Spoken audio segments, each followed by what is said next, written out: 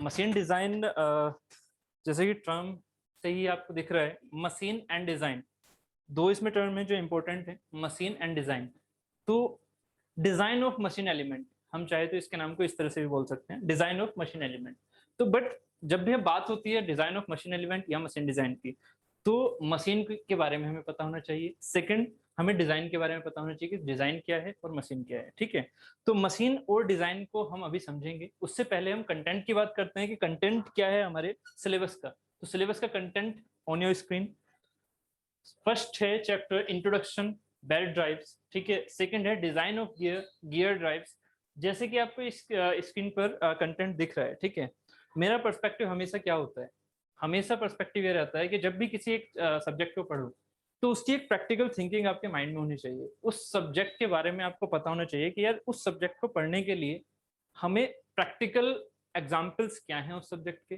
जैसे हम सोम की बात करते हैं तब भी उसी तरह से लेके चलते हैं, एफएम को देखते हैं तब भी, थर्मो को देखते हैं तब भी। ठीक है, अब अगर हम इसकी बात करें मशीन डिजाइन की, तो मशीन डिजाइन हमारे प्रैक्टिकल फिनोमिना किस तरह की हैं उसके, हमारे इन्वायरमेंट में मशीन डिजाइन कहाँ लाई करता है। तो कंटेंट भी आपका उसी तरह का है। ठीक है, सबसे पहले जैसे कंटेंट आपको दिख रहा है, बिल्कुल ओपन रखिएगा माइंड को और सोचिएगा पहले। Introduction belt drive, belt drive से आपको क्या सेंस दिख रहा है, बेल्ट ड्राइव से क्या सेंस दिख रहा है बताओ।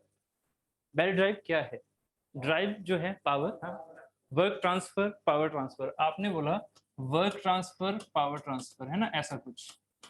ठीक है, ये दो टर्म हमें मिले। ठीक है, second is design of gear और गियर ड्राइव्स, इसमें क्या हो रहा है, पावर ट्रांसफर फिर से। ठीक है, फिर से हो रहा है। ठीक है, नेक्स्ट इज चेन ड्राइव और रोप ड्राइव, इसमें भी सेम चीज हो रही है। ठीक है, डिजाइन ऑफ शाफ्ट, अब जो पावर ट्रांसमिट हो रही है वो कहां पर हो रही है, शाफ्ट के थ्रू ही होगी। ये सिर्फ अकेले गियर को ऐसे घुमाते रहोगे, नहीं ना, शाफ्ट होगी तभी तो उसमें पावर ट्रांसमिट करोगे। शाफ्ट पर किस तरह की लोडिंग लग रही होगी, डायनामिक भी हो सकती है और स्टैटिक भी हो सकती है। ठीक है, आपको मैंने ये चीज फॉर्म में बता रखी है, डायनामिक क्या होता है, स्टैटिक क्या होता है। ठीक है, नेक्स्ट चीज है डिजाइन ऑफ बियरिंग।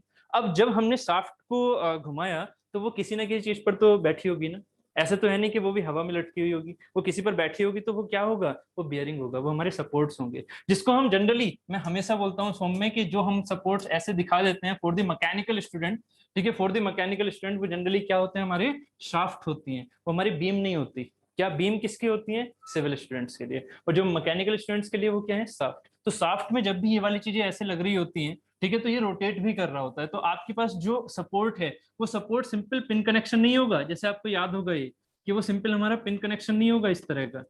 ठीक है, वो हमारे पास क्या होगा, इससे भी कुछ एक्स्ट्रा। ठीक है, ये जो चीज आपने समझी हुई है, ये कौन सा कनेक्शन है बताइए, ये कौन सा कनेक्शन है, उम्मीद है याद होगा आपको, दिस इज दी हिंज। ठीक है, हिंज कनेक्शन, अगर ये चीज हम यहाँ से फिक्स कर दें, ठीक है, अगर हम यहाँ से रोलर लगा दें तो this will be roller connection. ठीक है, क्योंकि यहाँ इसके बीच में क्या होगा, इसके बीच में एक बीम लग रही थी ऐसे, इसके बीच में हमने क्या लगा रखा था, एक बीम इस तरह से, याद है कुछ। ठीक है, ये हमने सोम में पढ़ा था। ठीक है, कि ये चीज बीम है, यहाँ मोमेंट को भी हमने समझा था कि मोमेंट यहाँ पर जीरो होता है क्योंकि रिएक्शन नहीं आती, ऐसे मोशन को ये होने देता है। ठीक है, बट ऐसे मोशन को होने दे रहा है तो यहाँ पर ये रिएक्शन नहीं है, ऑब्वियस है कि यहाँ पर मोमेंट नहीं होगा। बट क्या है कि इस चीज को अगर हम सॉफ्ट मान लें और इसे रोटेट करा दें तो क्या ये वाला सपोर्ट वैलिड होगा, समझो इस चीज को, क्या ये सपोर्ट वैलिड होगा, नहीं, क्योंकि यार रोटेशन होगा तो कभी भी ये चीज वैलिड नहीं होगी। तो एज ए मैकेनिकल स्टूडेंट, अब सोम से थोड़ा सा ऊपर चलना पड़ेगा कि एज ए मैकेनिकल स्टूडेंट आपको ये समझना होगा कि अगर रोटेशन है तो सपोर्ट कैसे होते हैं। ये बेसिकली क्या है, हमारे सपोर्ट्स हैं। ठीक है, और यही डिजाइन ऑफ बियरिंग है, काफी इंपॉर्टेंट चैप्टर होता है ये। ठीक है, इसको हमें बहुत अच्छे समझना होगा। उसके बाद जो हमारे पास बियरिंग है उसी से रिलेटेड, जैसे ऑटोमोबाइल या आईसी इंजन की बात करें, आपके यहाँ ऑटोमोबाइल नहीं होता है बट आईसी इंजन तो होता है, तो आईसी इंजन में हम समझते हैं पावर ट्रांसमिशन को कि उसके थ्रू, क्लचेस के थ्रू। तो हमें पहले क्लच को भी समझना होगा इन मशीन डिजाइन कि क्लच के जो ड्राइंग होती है, जो डिजाइनिंग होती है वो किस तरह से होती है। तो बियरिंग एंड क्लचेस काफी सिमिलर होती है। ठीक है, इसीलिए हम इस चीजों को एक साथ पढ़ेंगे। साथ ही देन हो जाता है ब्रेक्स, पावर से रिलेटेड ब्रेक्स भी तो वैसा ही काम कर रहे हैं, पावर को रोक रहे हैं या वर्क को रोक रहे हैं, बट कुछ ना कुछ आपको फोर्स तो लगानी पड़ रही है। साथ ही power screws and coupling, coupling कहाँ होती है यूज, दो शाफ्ट को इंटरकनेक्शन के लिए, ठीक है भाई, एक शाफ्ट जा रही थी, आपको लेंथी शाफ्ट चाहिए थी, आपने उसे इंटरकनेक्ट किया, या फिर मोटर से किसी शाफ्ट को इंटरकनेक्ट कर रहे हो, ठीक है, कपलिंग का यूज करोगे, वहां पर भी क्या होगा, पावर का ही तो है। ठीक है, तो ये जो आपका कंटेंट है मशीन डिजाइन में, इतना part, this is known as the MPTS, mechanical power transmission system. ये क्या कहलाता है, मैकेनिकल पावर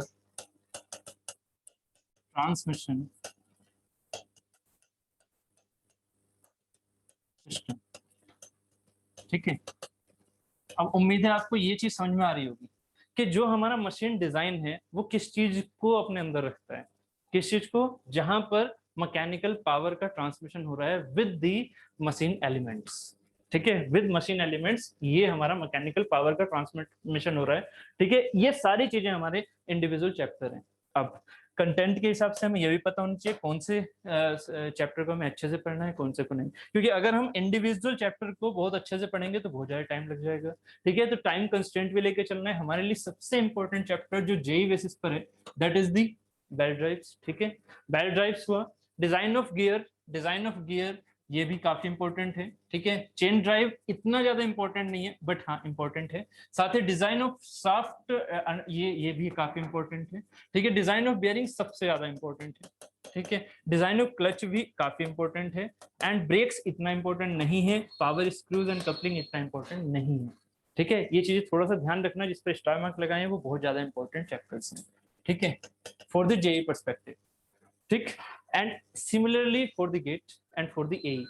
ठीक है, अगर आप एई का एग्जाम दे रहे हो या फिर गेट या इससे रिलेटेड एग्जाम दोगे, तो उससे रिलेटेड जो चीजें हैं, गेट में हमारे पास ये कंटेंट नहीं होता है। ठीक है, याद रखिएगा, गेट में हमारे पास ये नहीं होता है। ठीक है, पावर स्क्रू कपलिंग नहीं होती है। ठीक है, ये सारी चीजें गेट में नहीं आती हैं, बट बाकी सारी चीजें गेट में होती हैं। तो मैं जो कंटेंट जहां पर आपको एई बेसिस पर चीजें लेके चलने का है, वो भी मैं लेके चलूंगा। ठीक है, जैसे डिजाइन ऑफ बियरिंग को अच्छे से समझाऊंगा, क्योंकि वो एई बेसिस पर भी आपको काफी हेल्प करेगा। ठीक है, फॉर योर फ्यूचर एग्जाम्स। ठीक है, चलिए नेक्स्ट कंटेंट है, तो एमपीटीएस समझ में आ गया, मैकेनिकल पावर ट्रांसमिशन सिस्टम कहाँ कहाँ यूज होते हैं प्रैक्टिकल लाइफ में। ठीक है, दूसरी चीजें हैं ये मशीन डिजाइन का सेकंड पार्ट्स क्या है हमारे, जॉइंट्स। ठीक है, riveted joint mechanical power transmission हो रही है। बात समझो इस चीज को, मैकेनिकल पावर ट्रांसमिशन किस चीज की होती है, जब हम ज्वाइंट कर दें किसी चीज को। ठीक है, उसके बाद एक मशीन एलिमेंट हमारा न्यू बन के आ रहा है। ठीक है, मान लीजिए आपने ये लिया, ठीक है, और ये लिया, इसको कपलिंग कर दिया, ऐसे यहाँ पर एक कपलिंग कर दिया। अब इस कपलिंग में यहाँ पर आपने रिवेटिंग कर दी या बोल्टिंग कर दी, कुछ ना कुछ तो करोगे। ठीक है, तो ये वाला पार्ट है इस मैकेनिकल पावर ट्रांसमिशन में, जो मेरा स्टैटिक पार्ट है, ये वाला जो रिविट्स है मेरे, रिविट्स तो स्टैटिक हो गए ना with respect to coupling, rivets with respect to coupling क्या हो गए, स्टैटिक। समझ में आ रहा है ना, भाई रिविट्स तो कपलिंग पर बैठे हुए हैं, जैसे कपलिंग घूमेगी तो रिविट भी उसके साथ घूम रहे हैं, बट उसके साथ हैं हमेशा। तो रिविट क्या है, उसके ऊपर स्टैटिक सेंस में एक जॉइंट क्रिएट कर रहे हैं। ठीक है, कपलिंग हमारे टाइप होते हैं, वो मैं आगे बताऊंगा, मफ कपलिंग वगैरह।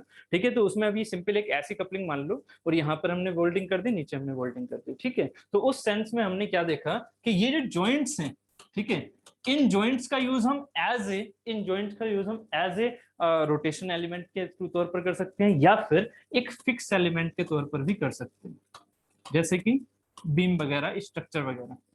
ठीक है, यहाँ पर ये ऐसे है। ठीक है, यहाँ पर मैंने एक रिवेटिंग कर दी, एक प्लेट ऐसे लगा दी, एक रिवेटिंग करके एक प्लेट ऐसे लगा दी।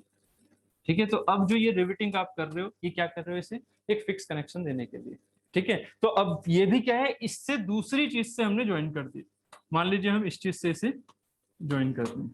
ठीक है, तो ये क्या हो रहा है, यहाँ पर ज्वाइंट हो रहा है। तो इस वाली चीज को भी जब हम मशीन एलिमेंट्स को जोड़ रहे हैं, उनसे पावर ट्रांसमिशन भले से ही हो रहा हो, बट अगर एक एलिमेंट को दूसरे एलिमेंट से जोड़ रहे हैं, तो वो किसके बेसिस पर जुड़ते हैं, वो जुड़ते हैं हमारे ज्वाइंट के बेसिस पर। इन्हें हम बोलते हैं ज्वाइंट्स और फास्टनर्स। ठीक है, तो मशीन डिजाइन का हमारा सेकंड पार्ट होता है ज्वाइंट्स और फास्टनर्स। ठीक है, जिसमें ज्वाइंट हमारे वेरियस टाइप के हो सकते हैं, ये सिर्फ एग्जांपल लिया है। कितने टाइप के, रिविट ज्वाइंट्स हो सकते हैं, वेल्डेड ज्वाइंट हो सकते हैं, हम वेल्ड भी कर सकते हैं उस चीज को। ठीक है, बोल्टेड एंड स्क्रूड जॉइंट हो सकते हैं, कोटर एंड नकल जॉइंट हो सकते हैं, एंड कीज एंड कीट जॉइंट हो सकते हैं।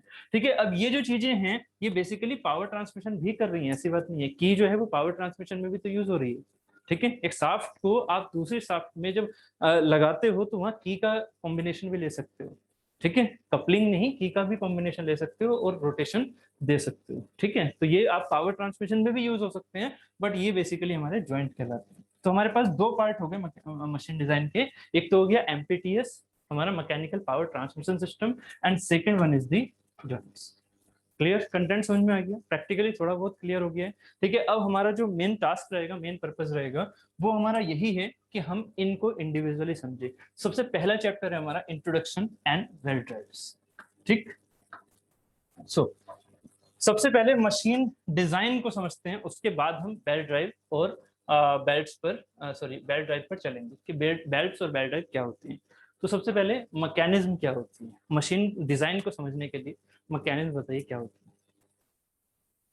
मैकेनिज्म, अब यार ये चीटिंग मत करना प्लीज कि यहाँ से पढ़ लो। ठीक है, सेंस बताओ, लो ऐसे कर देते हैं। जिसमें रिलेटिव मोशन होता है, ओके। सिंपल अकेला रिलेटिव मोशन या कुछ और भी जोड़ूं इसके साथ?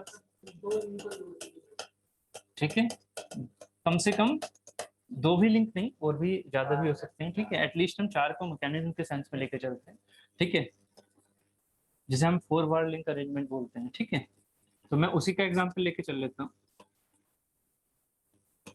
दिस इज योर मैकेनिज्म, ऐसा बोल सकते हैं, नीचे से फिक्स है। ठीक है, और ये हमारे पास एक मैकेनिज्म की तरह काम करता है। ठीक, तो अब इस मैकेनिज्म में अब बताइए मुझे, जैसे कि अभी रिलेटिव मोशन एक टर्म हो गया, और कुछ ऐड कर सकते हैं मैकेनिज्म के डेफिनेशन के लिए, और कुछ ऐड कर सकते हैं?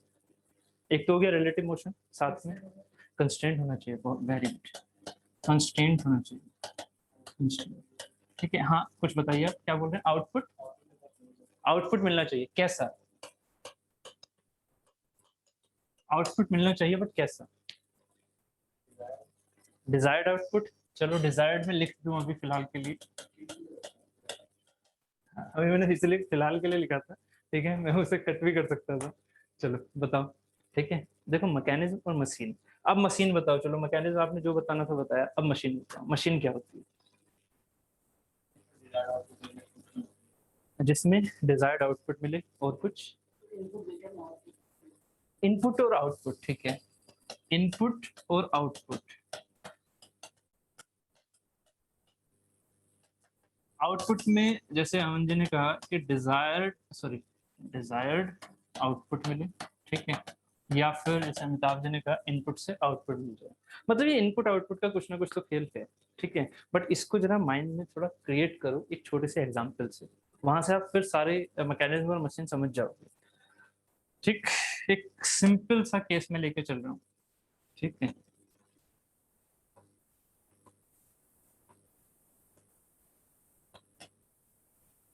यहाँ पर आप बैठे हो। ठीक है, ये आप हो, एक हाथ इतना लंबा है, ये हैंडल पकड़ रखा है आपने। ठीक है, और यहाँ पर आप ये पैरों से, ठीक है, इस चीज को, इसको चला रहे हो। ठीक है, आप एक साइकिल पे बैठे हो। ठीक है, एक सिंपल सिंपल एग्जांपल लेके चल रहा हूँ, बहुत ही सिंपल। एक साइकिल पर बैठे हो आप। ठीक है, अब इस साइकिल में ड्राइंग पर मत जाना। ठीक है, इस साइकिल में, ठीक है, एक मैकेनिज्म होता है। मैं अब देखो मैकेनिज्म बोल रहा हूँ, उसे आप मशीन भी बोलोगे, मैकेनिज्म बोलोगे, बस मेन चीज है इनपुट आउटपुट का सेंस। आपको पता होगा एक चेन और स्प्रोकेट वाला सेंस लगा रहता है, जिसे हम पैडल बोल देते हैं। यहाँ ये पैडल लगा हुआ है, ये नहीं, ये तो पहिए है। ठीक है, ये पैडल है जो यहाँ लगा रहता है। ठीक है, इस पैडल से आपने देखा होगा एक चेन चेन जा रही होती है ऐसे। ठीक है, ये हो गया यहाँ पर चेन, स्प्रोकेट्स, ये दोनों हमारे स्प्रोकेट्स हैं। ठीक है, और ये हमारी चेन होगी। ठीक है, बेल्ट नहीं है, चेन वाला है जो साइकिल में होता है। ठीक है, ये सिंपल हमारी बाइसिकल का एग्जाम्पल। अब मैं यहाँ पर क्या किया, आप एक मशीन शॉप में जाओ। ठीक है, मतलब जहाँ बाइसिकल सुधारी जाती है वहां पर गए, आपने ये निकाल लिया। ठीक है, ये इस साइकिल में से निकाल लिया। अब क्या किया आपने, इसके पैडल को हाथ से घुमाना शुरू किया। ठीक है, हाथ से घुमा रहे हो, क्या हो रहा है? क्या हो रहा है? ये जो है, ये जो है इधर वाला आउटपुट जिसे आप बोल रहे हो, यहाँ पर क्या हो रहा है? सिर्फ रोटेशन। ठीक है, इस रोटेशन से कुछ कर रहे हो आप?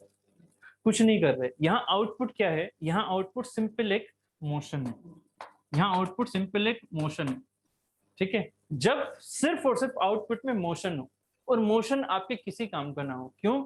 ऐसा नहीं है कि इसका काम हो नहीं सकता है, बट आप इसका कुछ काम ले ही नहीं रहे हो।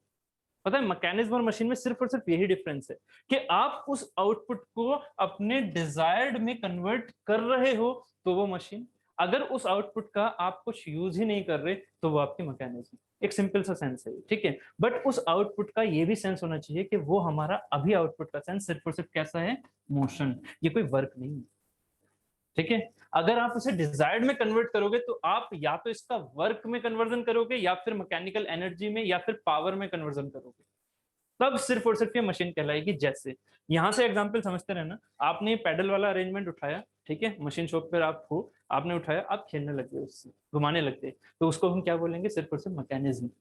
वो क्या है, एक मैकेनिज्म जिसमें कोई आउटपुट नहीं मिल रहा आपको, ठीक है। आप इनपुट दे रहे हो, मोशन मिल रहा है, हाँ रिलेटिव मोशन हो रहा है। अगर रिलेटिव मोशन ही ना हो, मान लो स्प्रोकेट फंस गए, तो क्या कहलाएगा ये,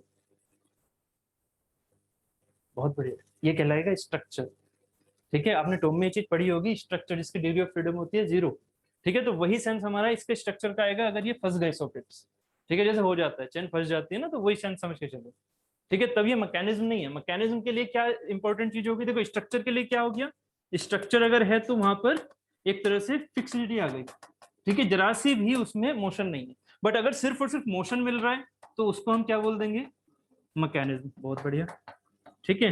बट अगर उस मैकेनिज्म को हम अब साइकिल में फिट कर दें, अब सोचो साइकिल ऐसी इससे नहीं बनी हुई, साइकिल का ढांचा बना हुआ था, हमने ये जाके फिट कर दी।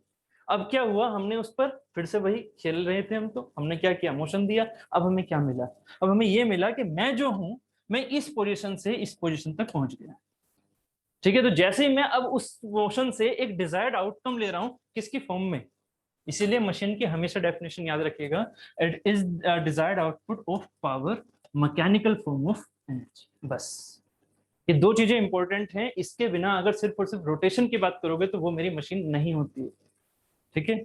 सिर्फ और सिर्फ रोटेशन मेरा मशीन नहीं है, चाहे किसी से सिर्फ रोटेशन मिल रहा है, मशीन नहीं है।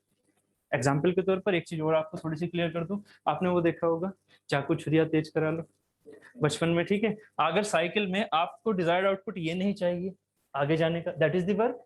आपको ये जो मैकेनिज्म थी वो आगे की तरफ लेके जा रही है, तो वर्क है, ठीक है। वर्क है मतलब आपके लिए मैकेनिकल एनर्जी की फॉर्म मिल रही है, तो आपने सीधा इसे मशीन बोल दिया, दिस इज द मशीन।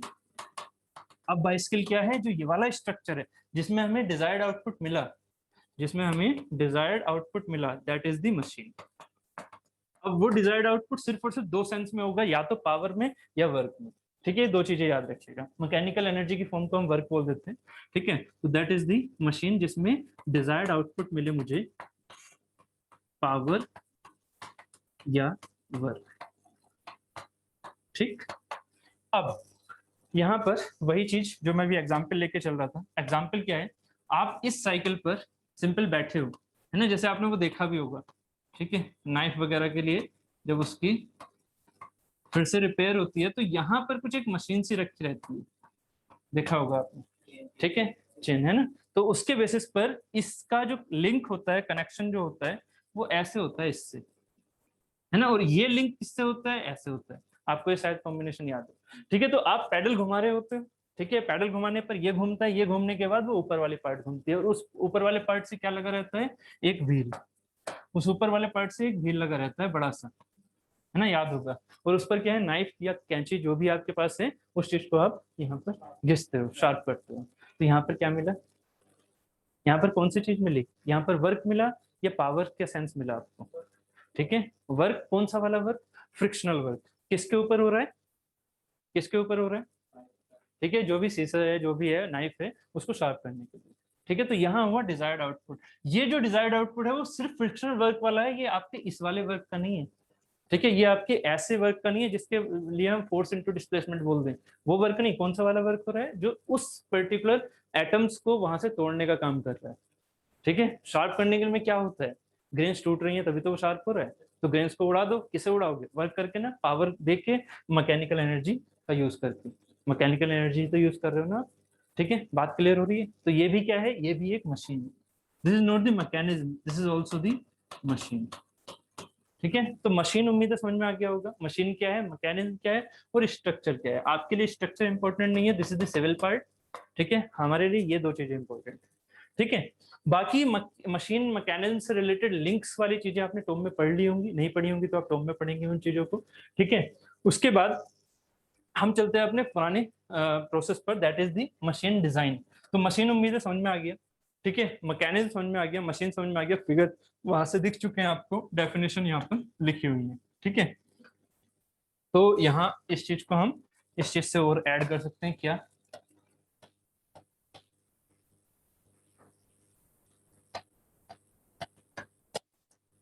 ठीक, इसको अगर मैं यहाँ पर क्या दूं, मोशन।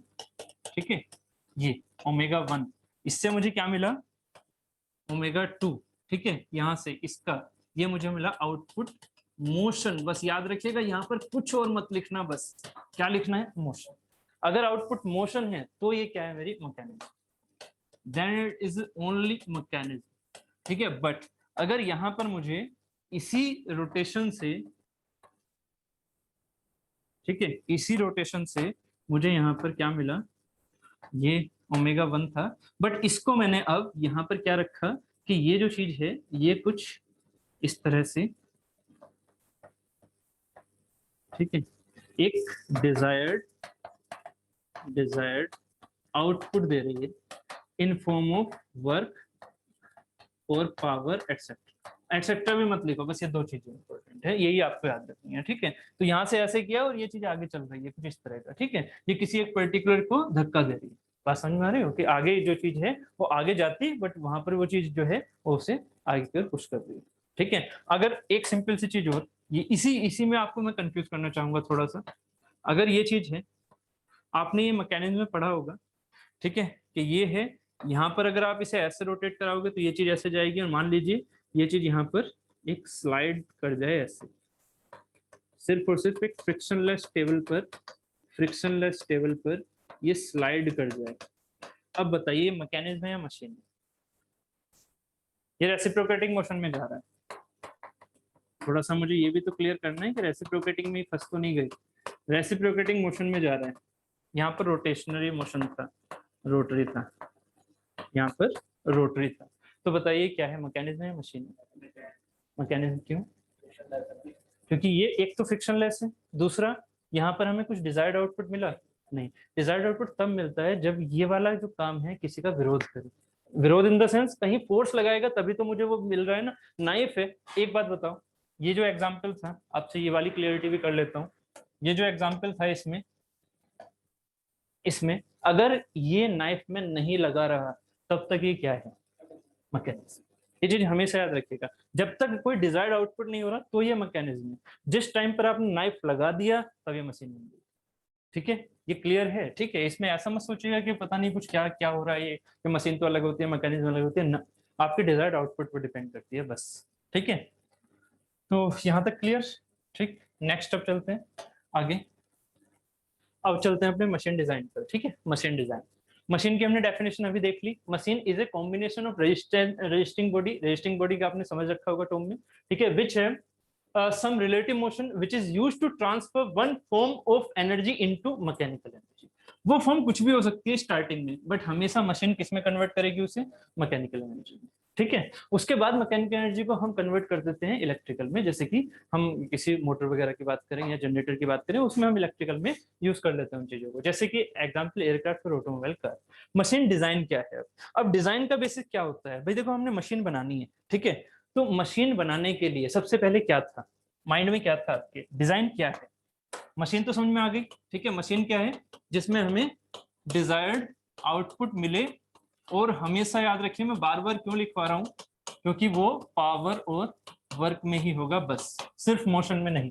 ठीक है, मतलब मोशन हो सकता है इन चीजों में, बट वहां पर हमें वर्क मिल रहा हो उस मोशन से, ऐसे ही फ्री फंड में वो मोशन ना जा रहा हो। तो डिजायर्ड आउटपुट मिल रहा है, मशीन है, इसकी डिजाइन क्या है, इसकी डिजाइन क्या है? तो इसके डिजाइन को देखने के लिए हमें सबसे पहले क्या देखना होगा, हमारा वो डिजायर्ड आउटपुट, हमें डिजायर्ड आउटपुट चाहिए क्या? सबसे पहले डिजाइन में ये चीज देखी जाती है, हमारा आउटकम क्या है ना, उस आउटकम के बेसिस पर हमारा लिंकिंग अरेंजमेंट क्या है। समझ रहे हो कि आपके पास पहले ये पता होना चाहिए कि आपका आउटकम है क्या। आपका आउटकम टाइम को कंज्यूम करना है, वो सॉरी टाइम को सेव करने वाला इक्विपमेंट बनाना है, ठीक है, या फिर अपनी फोर्स को सेव करने वाला इक्विपमेंट बनाना है, अपनी एनर्जी को सेव करने वाला इक्विपमेंट बनाना है। इक्विपमेंट कैसा बनाना है, मशीन कैसी बनानी है, वो डिपेंड करता है आपके आउटकम पर। ठीक है, आपने आउटकम बनाया, ठीक है, उस आउटकम के बेसिस पर, जैसे कि मैं आपको हमेशा बताता हूँ सोम में जब तक आपको डिजायर्ड लोड नहीं पता तब तक उसको डिजाइन कैसे कर लोगे, क्योंकि डिजायर जो लोड है उसके बेसिस पर ही डायमेंशन निकालते हो। Load is always given. ऐसे ही डिजाइन करने के लिए आउटपुट इज ऑलवेज गिवन।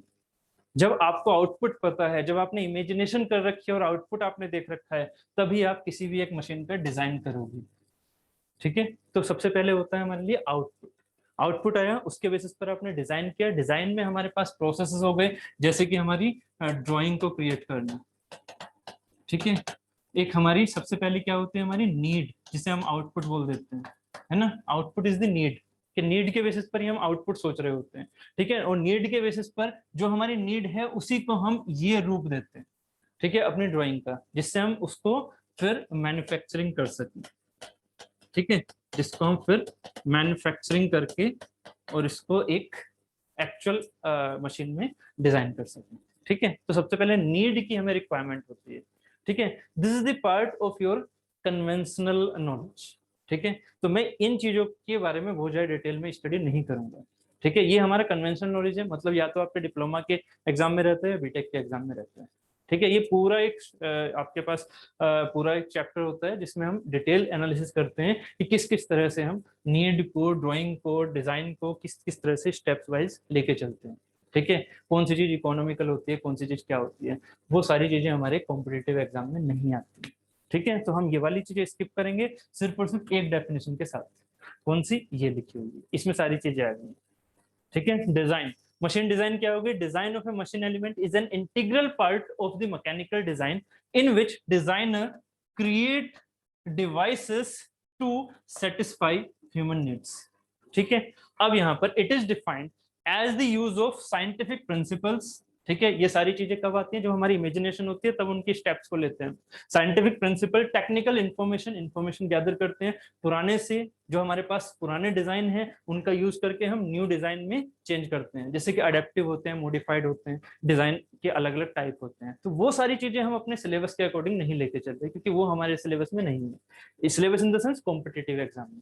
ठीक है, then and imagination in the description of a machine or a mechanical system and to perform specific function, वही जो हमारी नीड है, with a maximum economy and efficiency। Economy का बेसिस क्या होता है, मटेरियल की डिजाइनिंग करना कि मटेरियल हमारा कौन सा ज्यादा स्पेसिफिक रहेगा उस पर्टिकुलर टेक्निकल इंफॉर्मेशन के लिए, है ना। जैसे कि हमारे लिए अगर मटेरियल प्लास्टिक यूज हो रहा है तो प्लास्टिक को यूज कर लो, बट उसकी इफिशियंसी भी हमें देखनी होती है। ठीक है, तो ये पूरा एक प्रोसेस होता है जिसके लिए आपका पूरा एक चैप्टर रहता है। ठीक है, तो हमने वो चीज नहीं लेके चल रहे हैं, हम सिर्फ और सिर्फ मेन चीजें लेके चल रहे हैं जो हमारे कॉम्पिटिटिव एग्जाम में रहेंगी। बात क्लियर है? ठीक, तो दिस इज द डिजाइन। ठीक है, धीरे धीरे जिस टाइम पर हमारा डिजाइन कंप्लीट हो जाएगा उस टाइम पर आप समझ जाओगे मशीन डिजाइन के डिजाइन क्या था। ठीक है, डिजाइन क्या था। चलो अब बात कर लेते हैं मैकेनिकल पावर ट्रांसमिशन सिस्टम, एमपीटीएस। ठीक है, जैसे मैंने अभी आपको बताया एमपीटीएस क्या है, बेसिकली किसी भी पावर को ट्रांसमिट करना with the help of the machines. ठीक है, अब इन्हीं मशीन्स को हम तीन टाइप से बोल देते हैं, इन्हीं मशीन्स को हम तीन टाइप से बोल देते हैं। कौन कौन सी? एक होती है हमारी जनरेटिंग मशीन, जनरेटिंग मशीन। दूसरी होती है हमारी कन्वर्टिंग मशीन। तीसरा टाइप होता है हमारा यूटिलाइजिंग मशीन। देखो मैंने मशीन ही लिखा है, मैकेनिज्म नहीं, है ना। मैकेनिज्म भी लिख सकता था।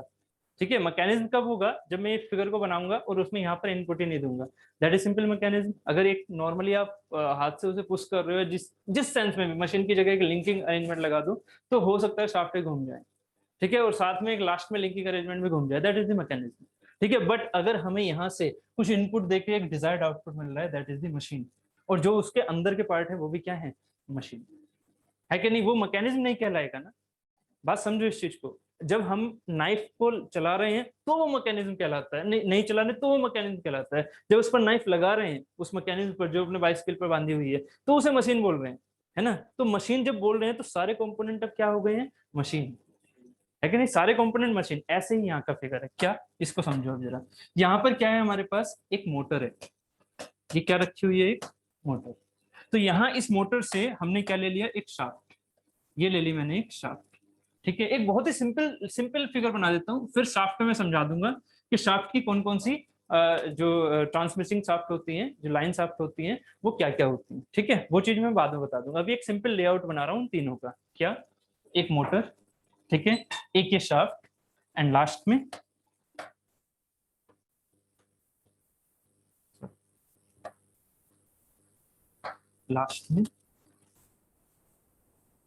ये हो गई हमारी मशीन। ठीक है, ये हो गई मशीन। अब आप कहोगे सर यहीं तो मशीन क्यों लिखा, तो सेंस समझिएगा। यहाँ पर इनपुट कैसा मोटर में, सॉरी इनपुट कैसा मोटर में, इनपुट कैसा होता है मोटर में, मोटर में इनपुट कैसा होता है, इलेक्ट्रिकल।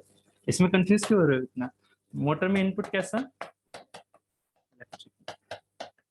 ठीक है,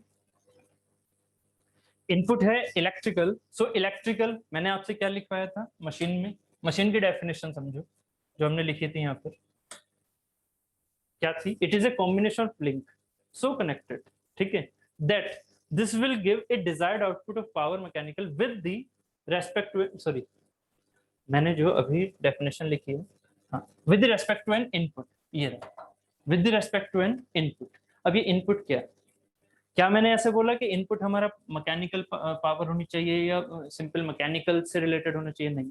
इनपुट कैसा है, इनपुट कुछ भी हो सकता है, कुछ भी, चाहे वो केमिकल से रिलेटेड हो, चाहे इलेक्ट्रिकल से रिलेटेड हो, चाहे किसी भी चीज से रिलेटेड हो, इनपुट कुछ भी हो सकता है। यहाँ पर आप देखिएगा, ये जो हमने फिगर अभी बनाया था, इसमें क्या है, इसमें इनपुट कैसा है, इसमें इनपुट क्या है, इसमें है इलेक्ट्रिकल। ठीक है, सो अभी ये हम ऐसे नहीं बोल सकते हैं मशीन, अभी इसमें इलेक्ट्रिकल इनपुट जा रहा है, तो इलेक्ट्रिकल इनपुट से हमारा फाइनली क्या होता है, शाफ्ट घूम रही होती है, याद होगा आर्मेचर घूमती है। ठीक है, तो आर्मेचर के बेसिस पर जो हमारा जो रोटरी पार्ट होता है वो फाइनली घूमता है, जो इलेक्ट्रिकल से रिलेटेड, तो वो क्या हो गई, वो कॉम्बिनेशन ऑफ लिंक है, और वो कॉम्बिनेशन ऑफ लिंक हमें क्या डिजायर्ड आउटपुट दे रहा है, इसको रोटेट कराते हुए। ठीक है, तो this is the simply called as the generating machine कहा जाएगा या नहीं। यहाँ मैंने मोटर सिर्फ लिखा है आपकी रोजमर्रा की लाइफ के हिसाब से, बट इसको नाम दिया जाएगा जनरेटिंग मशीन। जो भी लिंक अरेंजमेंट जनरेट कर रही है पावर को, that is the generating machine. ठीक है, जो इस जनरेटिंग मशीन से इस डिजायर्ड तो यहाँ पर मिल चुका है, इसको समझो, ये डिजायर्ड मिल चुका है तभी आपने इसे मशीन बोला। ठीक है, तो ये भी एक अपने आप में मशीन है, इसका मतलब ये नहीं है कि सिर्फ और सिर्फ ये डिजायर्ड है, डिजायर्ड ये भी था, इसको कंप्लीट करते हुए तो ये मशीन हुआ। उसके बाद यहां से यहां तक वाला ये जो पार्ट है, ये क्या है, यहां से यहां तक, that is the converting type. ठीक है, कन्वर्टिंग टाइप ऑफ मशीन, क्या कि ये बेसिकली कन्वर्ट किस चीज को कर रहा है, इलेक्ट्रिकल को मैकेनिकल में कर दिया था यहाँ पर, बट उसका यूटिलाइजेशन क्या किया, इसको बेसिकली हम लाइन शाफ्ट यूज करेंगे आगे। ठीक है, बट अभी के लिए आप इसको ये सोचो कि ये इसमें स्टार्टिंग में जो था वो इलेक्ट्रिकल था, इलेक्ट्रिकल को किस में कन्वर्ट किया गया, मैकेनिकल में, फाइनली किस में यहाँ पर इनपुट जा रहा है, मैकेनिकल में, फाइनली मैकेनिकल में इनपुट जा रहा है। ठीक है, तो दैट इज द कन्वर्टिंग, और कन्वर्टिंग के बाद में ये जो पार्ट है यहाँ का, that is the utilising machine. ठीक है, आपको मैंने सिर्फ और सिर्फ एक सिमेट्रिक डायग्राम में तीनों पार्ट बहुत ही नॉर्मल तरीके से बता रहा हूँ। ठीक है, बाकी शाफ्ट का अरेंजमेंट पूरा भी आपको बताऊंगा लास्ट में। ठीक है, तो ये है हमारी यूटिलाइजिंग मशीन, यूटिलाइजिंग जो उसको यूटिलाइज करके और आपको आउटपुट दे रही है, चाहे वो लेथ का हो, कुछ भी हो। ठीक है, टूल को काटना हो या जैसे भी। ठीक, तो ये एग्जाम्पल हमारे लेथ का भी हो सकता है मोटर के साथ में। ठीक है, अंदर के जो गियर अरेंजमेंट है वो, और उसके बाद ये, ठीक, जहां पर टूल लगा हुआ है। ठीक, बात क्लियर हो गई। ठीक है, this is the mechanical power transmission system, बहुत ही सिंपल वे में। ठीक है, बाकी जो लेथ के अंदर, एक लेथ के अंदर mechanical power transmission system possible है या नहीं, अब बताओ सोच के।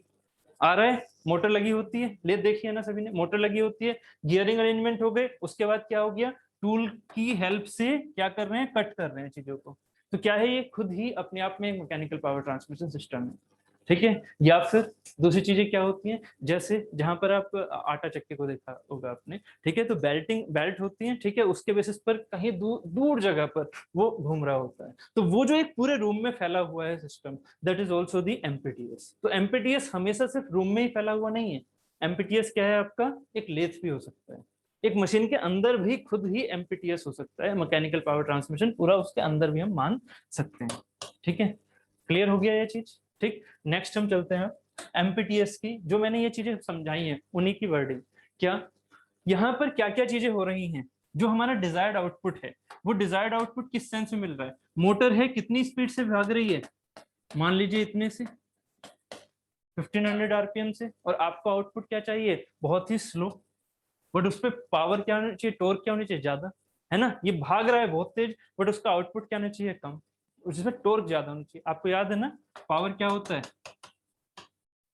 ठीक है, टॉर्क इनटू ओमेगा। आप ओमेगा को कम करके टॉर्क बढ़ाना चाह रहे हैं, आपने कुछ ऐसा सिस्टम बनाया, ठीक है। तो यहाँ पर मोटर तो भाग रही है इतनी तेज, दिस इज द मोटर, एक रफ डायग्राम, ठीक है। और यहाँ पर आपको क्या करना है, यहाँ पर टॉर्क बढ़ाना है और ओमेगा को घटा देना है और डिजायर्ड आउटपुट लेके चलना है, ठीक है। तो उस सेंस में टू ऑब्टेन स्पीड रिडक्शन आप इन चीजों का यूज करते हो, किसका, मशीन एलिमेंट्स का।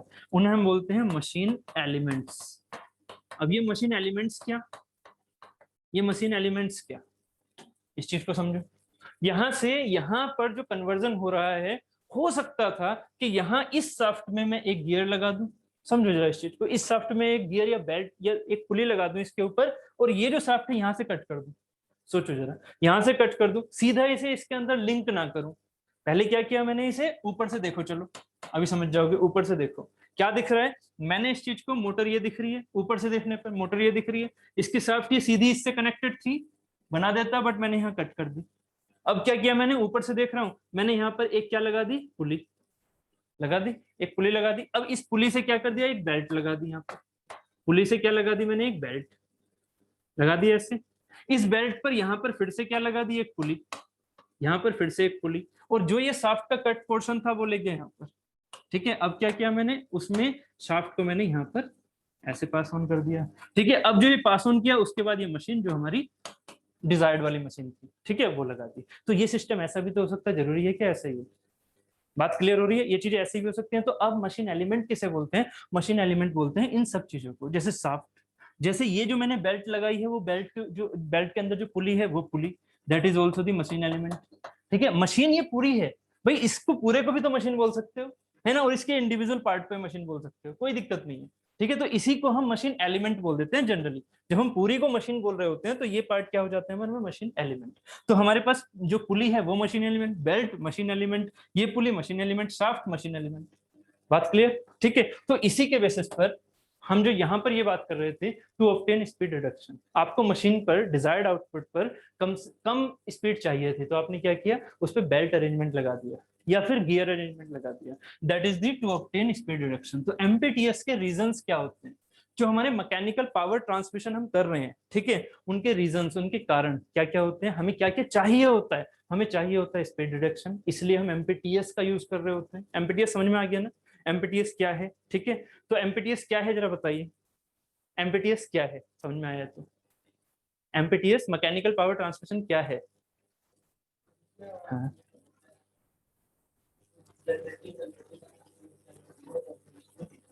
ठीक है, कॉम्बिनेशन ले रहे हैं, किस सेंस में, हमें क्या करना होता है, जनरेटिंग, यूटिलाइजिंग एंड कन्वर्टिंग का मीनिंग क्या है बेसिकली,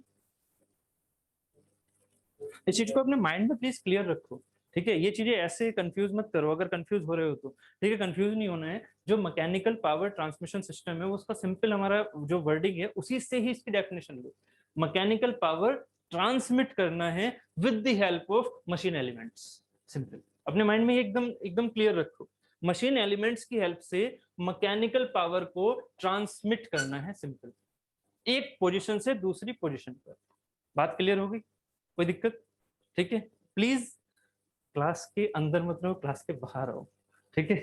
आप छोटे स्पेस को सोच रहे होंगे, बट क्लास के बाहर आने की कोशिश करो, ठीक है। तो और वो जो मैकेनिकल पावर ट्रांसमिशन हो रही है, वो आपके ऊपर डिपेंड करती है, आपको कैसी चाहत है, ठीक है। आपको स्पीड रिडक्शन की चाहत है, टॉर्क बढ़ाने की चाहत है, आप कर सकते हो, ठीक है, जो पावर ट्रांसमिट कर रहे हो पावर तो सेम ट्रांसमिट हो रही है, अगर फ्रिक्शन लेस है, मतलब फ्रिक्शन की टेंशन नहीं है हमें, और जो फोर्सेस हैं वो हमारी जितनी लगाई थी हमें उतनी हमें लास्ट में मिल रही है, तो क्या होगा, स्पीड रिडक्शन कर रहे हो तो पावर मतलब टॉर्क आपको ज्यादा चाहिए था, आपने स्पीड रिडक्शन कर लिया। ठीक है, पावर क्या है, E equal to T into omega. ठीक है, तो ओमेगा अगर हम घटाएंगे तो ऑब्वियसली टॉर्क हम बढ़ाएंगे। ठीक है, ब्रेकिंग में यही चीज हम करते हैं वहां पर।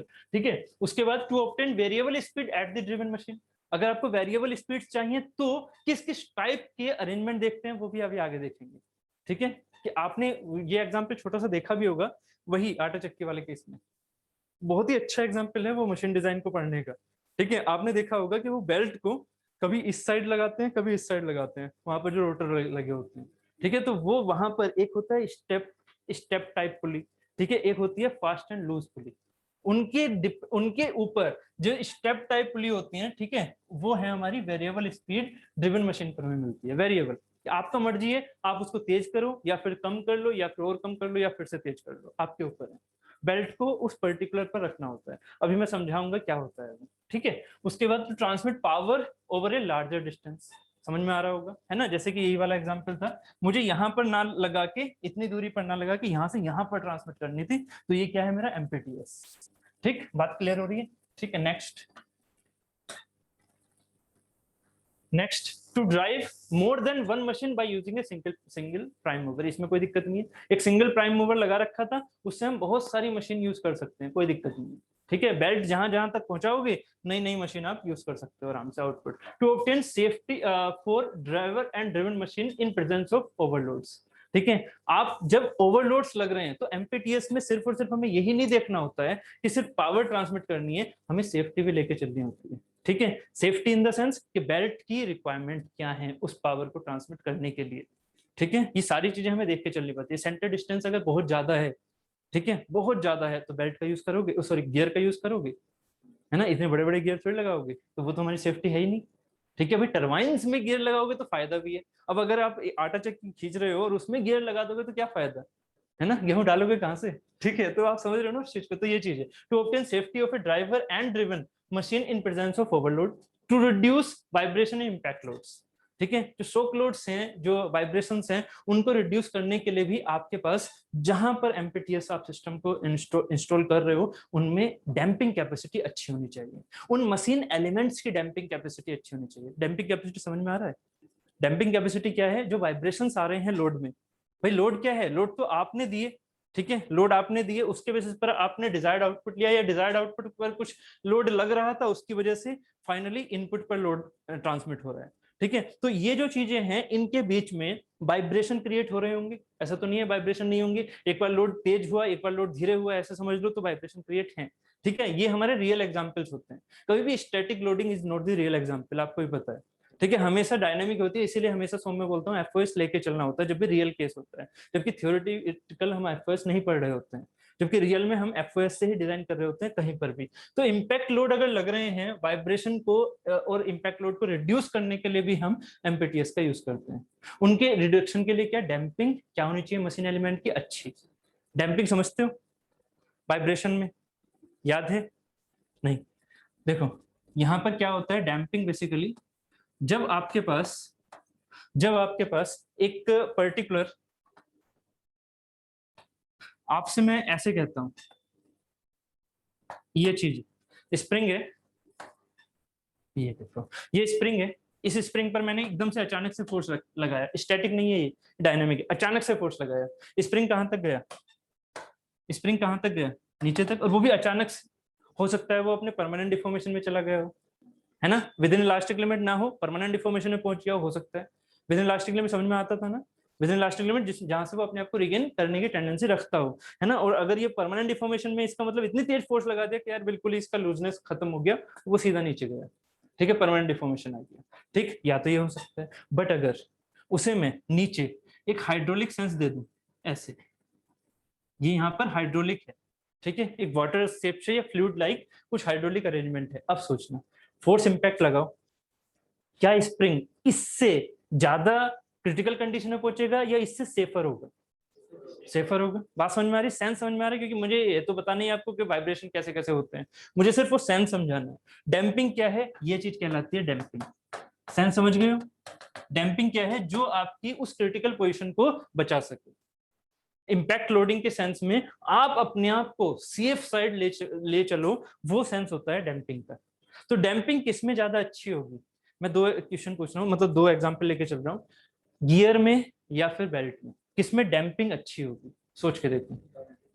बेल्ट में डैम्पिंग अच्छी होगी। क्यों? इम्पैक्ट लोड लगाओ, लोड कैसे लगाओगे? मोमेंट में ही ना, है ना? उस पर भी मोमेंट लगाओगे, मतलब गियर को भी ऐसे घुमाओगे और बेल्ट पुली को भी ऐसे घुमाओगे, बेल्ट वाली, दोनों पर लोड लगा दिए। अब सोचो कि कौन सी चीज जल्दी ब्रेक होगी डैम्पिंग के सेंस में, मतलब जो कौन सी जल्दी इम्पैक्ट के सेंस में ब्रेक होगी? जो रिजिड है वो जल्दी ब्रेक होगा ना, जो यहाँ पर जो फ्लेक्सिबल है वो कम ब्रेक होगा। यहाँ तो मैंने दोनों ही फ्लेक्सिबल ले रखे थे, बट इस फ्लेक्सिबल से ये बहुत ज्यादा फ्लेक्सिबल है, क्योंकि यहाँ हाइड्रोलिक अरेंजमेंट है कि नहीं? तो इसके सेंस में आपको ये साफ दिख रहा होगा कि जो गियर है वो कैसा है, रिजिड है, फ्लेक्सिबल है? रिजिड है, इसका मतलब वो जल्दी टूट जाएगा इम्पैक्ट लोड उतना ही लगने पर। जबकि अगर उसकी स्ट्रेंथ को मैं साइड कर दूं फिलहाल, अभी सिर्फ वो डैम्पिंग की बात कर रहा हूँ ना, स्ट्रेंथ की बात नहीं कर रहे। नहीं तो आप कहोगे कि सर बेल्ट से तो बहुत अच्छा हो जाता है गियर, तो मैं उसकी बात नहीं कर रहा। ठीक है, मैं बात कर रहा हूँ सिर्फ डैम्पिंग सेंस में। तो डैम्पिंग सेंस में जो हमारे बेल्ट है वो इजीली इम्पैक्ट लोड को विदहोल्ड कर सकती है, क्योंकि वो अचानक से जो फोर्स आएगा उसको वो अपनी फ्लेक्सिबिलिटी की वजह से आराम से विदहोल्ड कर देगी। ठीक है, तो ये चीज क्लियर हो रही है? तो यही सारी चीजें हमारी एमपीटीएस के अंदर पार्ट में आती हैं कि एमपीटीएस में हमें क्या क्या चीजें चाहिए होती हैं। ठीक है, ये सिर्फ और सिर्फ इंट्रोडक्शन वाला पार्ट था मेरा। ठीक है, ऐसे ही मेरा इंट्रोडक्शन वाला पार्ट यहाँ पर भी चल रहा है। अभी देखिएगा, एमपीटीएस आपने समझा। एमपीटीएस बेसिकली क्या है? Mechanical power transmission, mechanical power transmission with the help of machine elements. अब उन मशीन एलिमेंट्स को हमें समझना है। भाई अब सिंपल सी बात है ना, मैकेनिकल पावर ट्रांसमिशन हमारा है मशीन डिजाइन का बेसिक, है ना? बेसिक क्या है? मशीन डिजाइन कहाँ यूज हो रहा है? मशीन डिजाइन हो रहा है एमपीटीएस को बनाने के लिए। अब एमपीटीएस बनाने के लिए जो मशीन डिजाइन हम यूज कर रहे हैं उसमें मशीन एलिमेंट्स जो हमने यूज किए, अब उनको पढ़ना है। बात क्लियर हो रही है ना? तो मशीन एलिमेंट्स क्या है? ये रहे। पहला क्या है हमारा? Flexible power transmission system. दूसरे है हमारे non flexible power transmission system. जितने मैं यहां पर लूंगा वो सारे के सारे हमारे चैप्टर्स हैं। क्लियर हो रहा है? ठीक है, वो सारे हमारे चैप्टर्स हैं। जैसे कि अगर मैं बात करूंगा फ्लेक्सिबल पावर ट्रांसमिशन सिस्टम, तो इसे हम बोलते हैं, कुछ टेक्निकल टर्म भी आपको पता होने चाहिए एज ए इंजीनियर। तो यहाँ पर इसका टर्म होता है हमारा स्लैक ड्राइव। इसे हम बोलते हैं स्लैक ड्राइव। स्लैक ड्राइव में क्या होता है, ये चीजें अभी मैं आपको आगे बताऊंगा। फिलहाल के लिए मैं इतना लिख देता हूँ कि इसका velocity ratio is not constant. अभी समझाऊंगा वेलोसिटी रेशियो क्या होता है, वो कांस्टेंट होने का मीनिंग क्या होता है, नॉट का क्या मीनिंग होता है। नॉन फ्लेक्सिबल पावर ट्रांसमिशन में क्या होता है? दिस इज दी पॉजिटिव, इन्हें हम बोलते हैं पॉजिटिव ड्राइव। ठीक है, और इसमें जो होता है वेलोसिटी रेशियो वो होता है कांस्टेंट, है ना? ये आपने गियर में पढ़ा भी होगा। ठीक, और प्रूफ भी किया होगा। ठीक है, यहाँ वी आर क्या है? Not constant. ठीक है, अभी इनके बारे में बात आगे करेंगे। पहले फ्लेक्सिबल सेंस समझ में आ रहा है, फ्लेक्सिबल क्या होता है, उसी के अंदर हमारे ये पार्ट है। ठीक है, फ्लेक्सिबल में सबसे पहले हो गया हमारा बेल्ट ड्राइव। बेल्ट ड्राइव क्या है? फ्लेक्सिबल है। ठीक है, आपने रबड़ देखी है, फ्लेक्सिबल है। गियर को ऐसे तोड़ो, नहीं कर पाओगे। बेल्ट को कर दोगे, फ्लेक्सिबल। चेन को कर दोगे, फ्लेक्सिबल। रोप को कर दोगे, flexible. That is the flexible drive. Flexible drive के, बेल्ट ड्राइव के भी हमारे दो पार्ट है, जैसे कि flat belt and we belt. ठीक है, फ्लैट बेल्ट जो होते हैं वो हमारे मीडियम सेंटर डिस्टेंस के लिए यूज होते हैं। सेंटर डिस्टेंस क्या होते हैं? आपने गियर में पढ़ा होगा टॉम में, ये जो चीज है इनके बीच में जो सेंटर है, इनके बीच का ये कहलाता है क्या? सीडी, सेंटर डिस्टेंस, है ना? तो ऐसे यहाँ पर सेंटर डिस्टेंस क्या है? एक हमारे पास ये रही पुली और एक हमारे पास ये रही पुली। ठीक है, ये जो चीज जा रही है इन पुली और इन पुली के बीच में बेल्ट के थ्रू, ये सेंटर डिस्टेंस है। तो ये किसके लिए यूज होते हैं? Flat belt, medium centre distance के लिए। ठीक है, we belt, very good, smaller के लिए। अभी आप कहोगे कि सर ऐसा क्यों?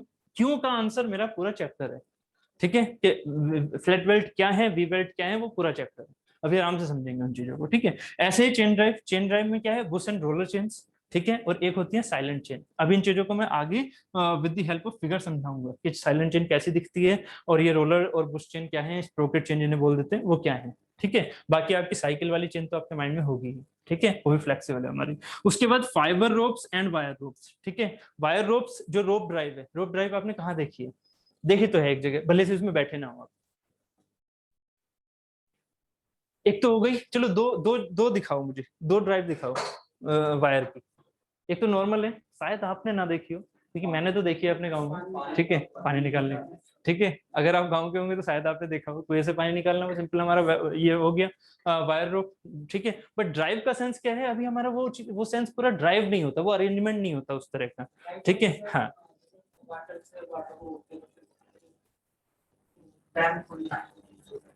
Okay okay okay okay okay, हाँ वो चीज भी आप बोल सकते हैं, वो घूम के आ रहा है, ठीक है, हाँ वो चीज भी बोल सकते हैं। बट एक चीज हो रही है, मैं उम्मीद है देहरादून वालों से ये तो मान सकता हूँ कि उन्होंने ये चीज तो जरूर देखी होगी।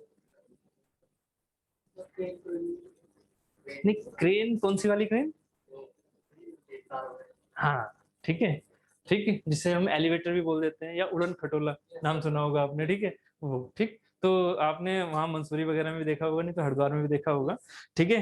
क्या होता है, वो इतने लेंदी होते हैं, अब वो सारे के सारे क्या होते हैं, बेल्ट ड्राइव होते हैं। सोचो जरा, अगर आपने आज तक नहीं सोचा है तो उन्हें सोचो, वो क्या बेल्ट ड्राइव होंगे, क्या गियर ड्राइव होंगे, नहीं, क्या वो चेन ड्राइव होंगे, वो चेन ड्राइव भी नहीं होते हैं। अगर आप ऐसे सोच रहे हो कि उसमें चेन चल रही है तो नहीं, वो क्या होते हैं, हमारे रोप ड्राइव, ठीक है। और रोप ड्राइव में कौन से ड्राइव होते हैं उनके बारे में जब हम यहाँ की बात करेंगे तब समझेंगे अच्छे से, ठीक है, ठीक है। कि उसमें क्या होते हैं, स्ट्रैंड्स क्या होते हैं, किस तरह का वो वायर बनाया होता है, ठीक है, कितनी कैपेसिटी उसमें होनी चाहिए भाई, इतनी क्या कहते हैं ना, जहाँ जान माल की बात आ जाती है वहां सेफ्टी बहुत ज्यादा इंपॉर्टेंट होती है, तो उसके बेसिस पर ये बहुत ज्यादा अच्छी कैपेसिटी के साथ बनाए जाते हैं, पूरे एकदम नॉमेनक्लेचर के साथ अपने अच्छे से, ठीक है। तो उसके बाद ये वाला पार्ट हो गया, this is the flexible PTS, flexible power transmission system, ये है हमारे मशीन एलिमेंट्स, ठीक है। उसके बाद ये है हमारा non flexible power transmission system, जिसमें आ जाता है गियर ड्राइव्स। तो गियर ड्राइव्स में आपने ये चीजें, मुझे ज्यादा टफ नहीं पड़ेगा क्योंकि आपने टोम में पढ़ चुके हैं आप सभी, सभी ना, ठीक है, सभी का टोम तो हो चुका है, सभी का नहीं हुआ।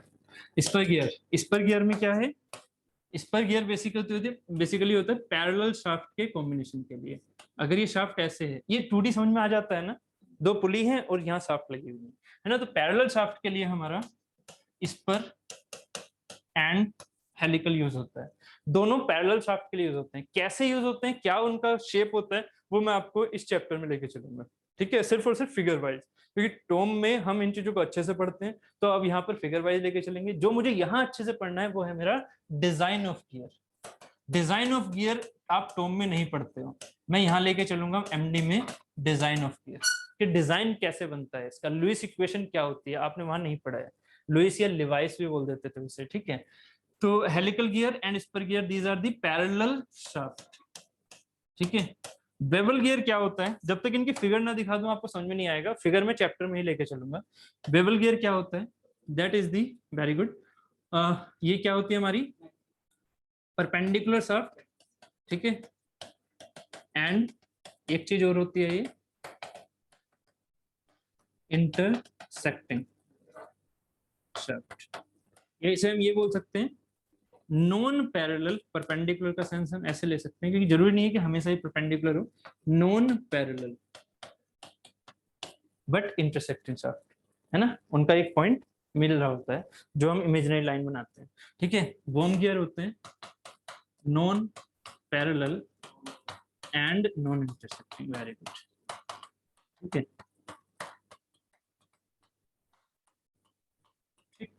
ये चीज हो गई non parallel and non intersecting सब, ठीक है। तो ये है मेरा non flexible PTS. Velocity ratio constant होता है इस सेंस में, ठीक है, अभी हम बात करेंगे क्या चीजें होती हैं। और वेलोसिटी रेशियो इसमें कांस्टेंट नहीं होता, इसमें होती है स्लिप, याद रखिएगा, इसमें होती है स्लिप। जहां स्लिप होती है वो हमारा, जहां स्लिप होती है वो हमारा नॉन फ्लेक्सिबल होता है, सॉरी फ्लेक्सिबल होता है, एफपीटीएस होता है। और जहां हमारा स्लिप नहीं होती है, जहां हमारी स्लिप क्या होती है, जीरो, वहां पर होता है हमारा नॉन फ्लेक्सिबल पीटीएस, ठीक है। यहाँ तक ये छोटी छोटी चीजें क्लियर है, ठीक है। क्या क्या हमारे कंटेंट है वो समझ में आ रहे हैं, हम क्यों पढ़ना चाह रहे हैं उन चीजों को, ये समझ में आ गया, ठीक है। एमपीटीएस हमारा बेसिक होता है, उसी के अंदर हम ये वाली चीजें देख रहे हैं। Parameter to be considered in the selection of the power, proper power transmission system, ठीक है।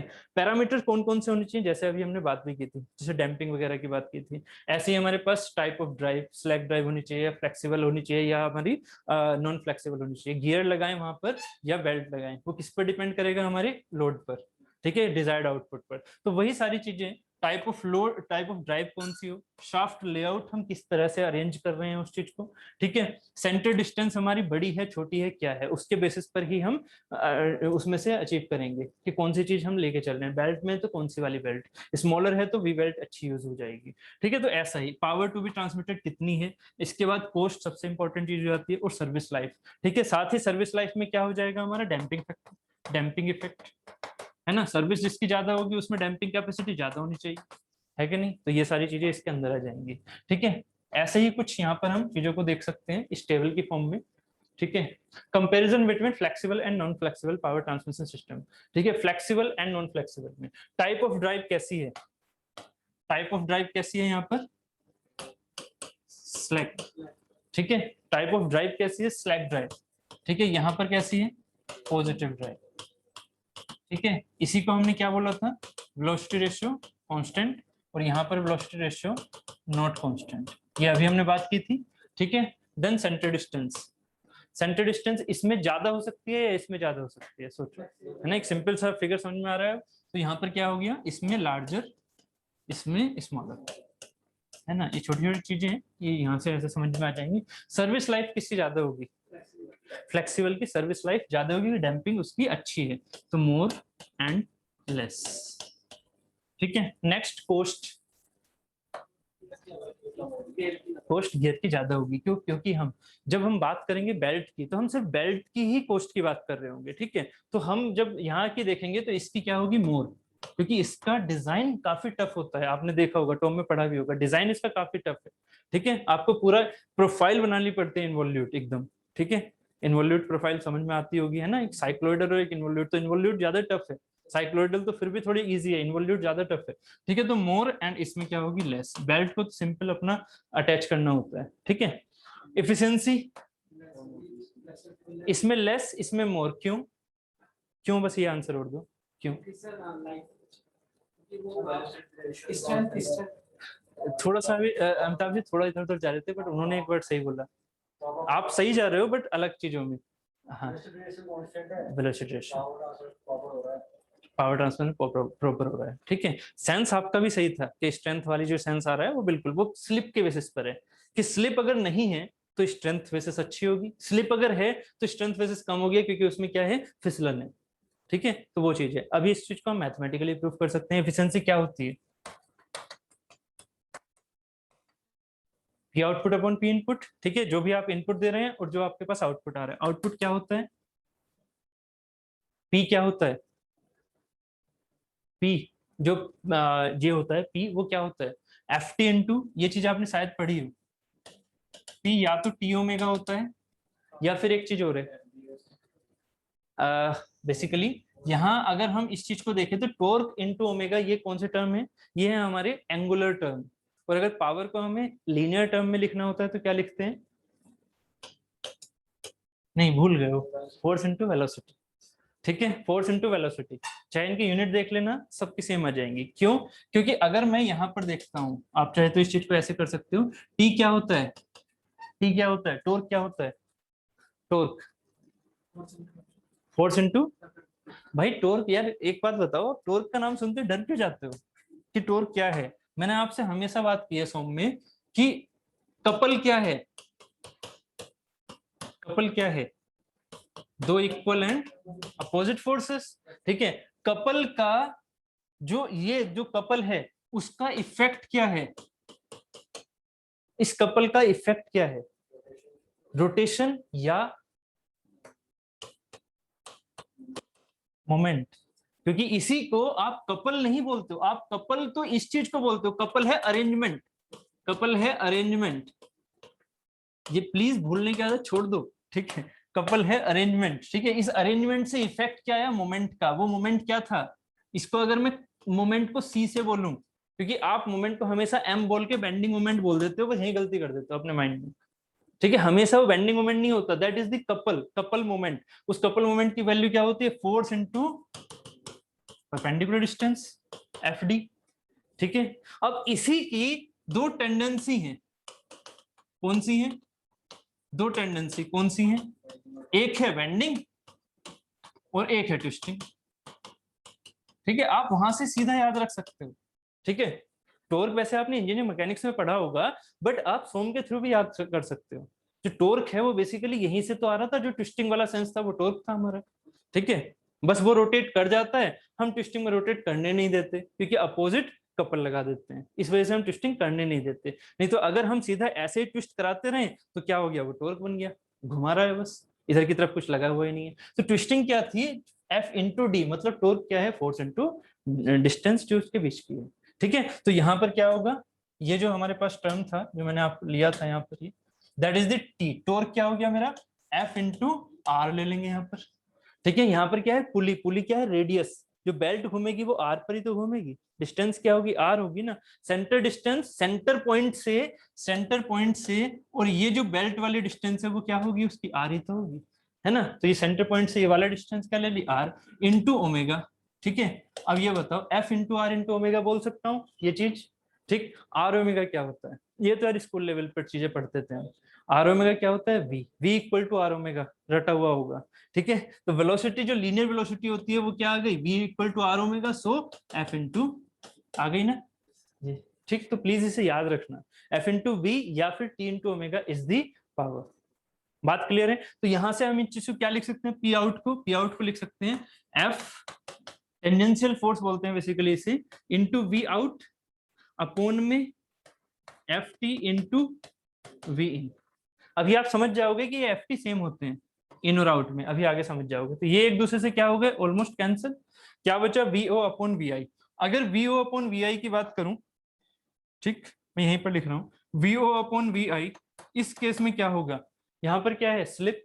यहां पर जो वी टू होगा या वी आउट, ठीक है, ये आउटपुट या वी टू वी वन से बड़ा होगा या छोटा होगा, बताओ।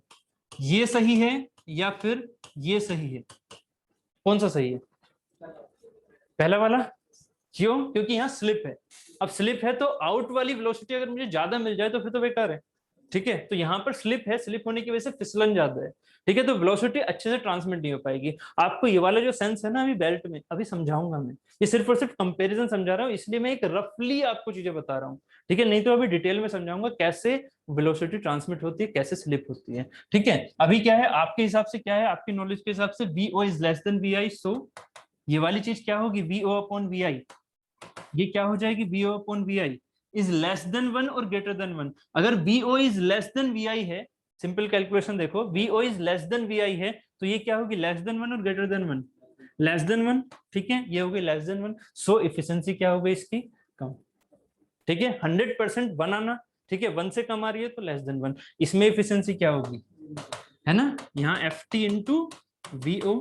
ठीक है, एफ टी इंटू वी आई, ये कैंसिल कर दो, क्या बचा, V O upon we I, क्योंकि दोनों सेम है इस वजह से कट गए, वन आ गया।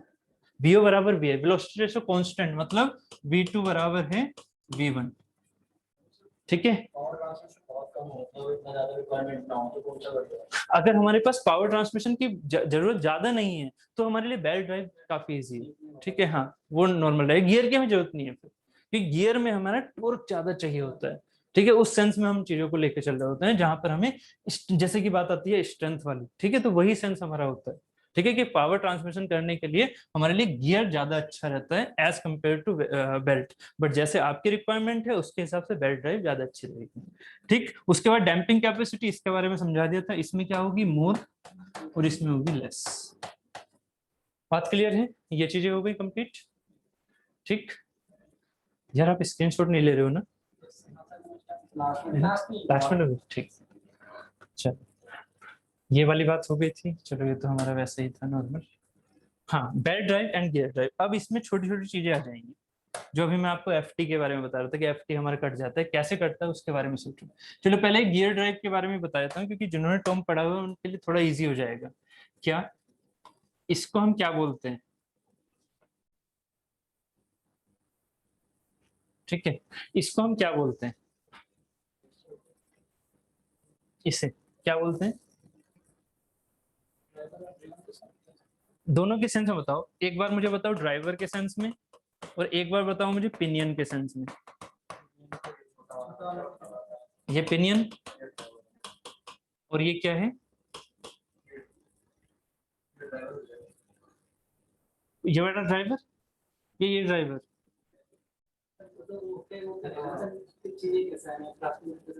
वेरी गुड, ठीक है। और अगर मैं ये वाली चीज कहता हूँ ऐसे, आप पिनियन बताओ कौन सा, पिनियन कौन सा, कंफर्म, सबकी आवाज नहीं आ रही है, कंफर्म, पिनियन छोटा ही है, ये पिनियन। ड्राइवर कौन सा, ड्राइवर बड़ा वाला,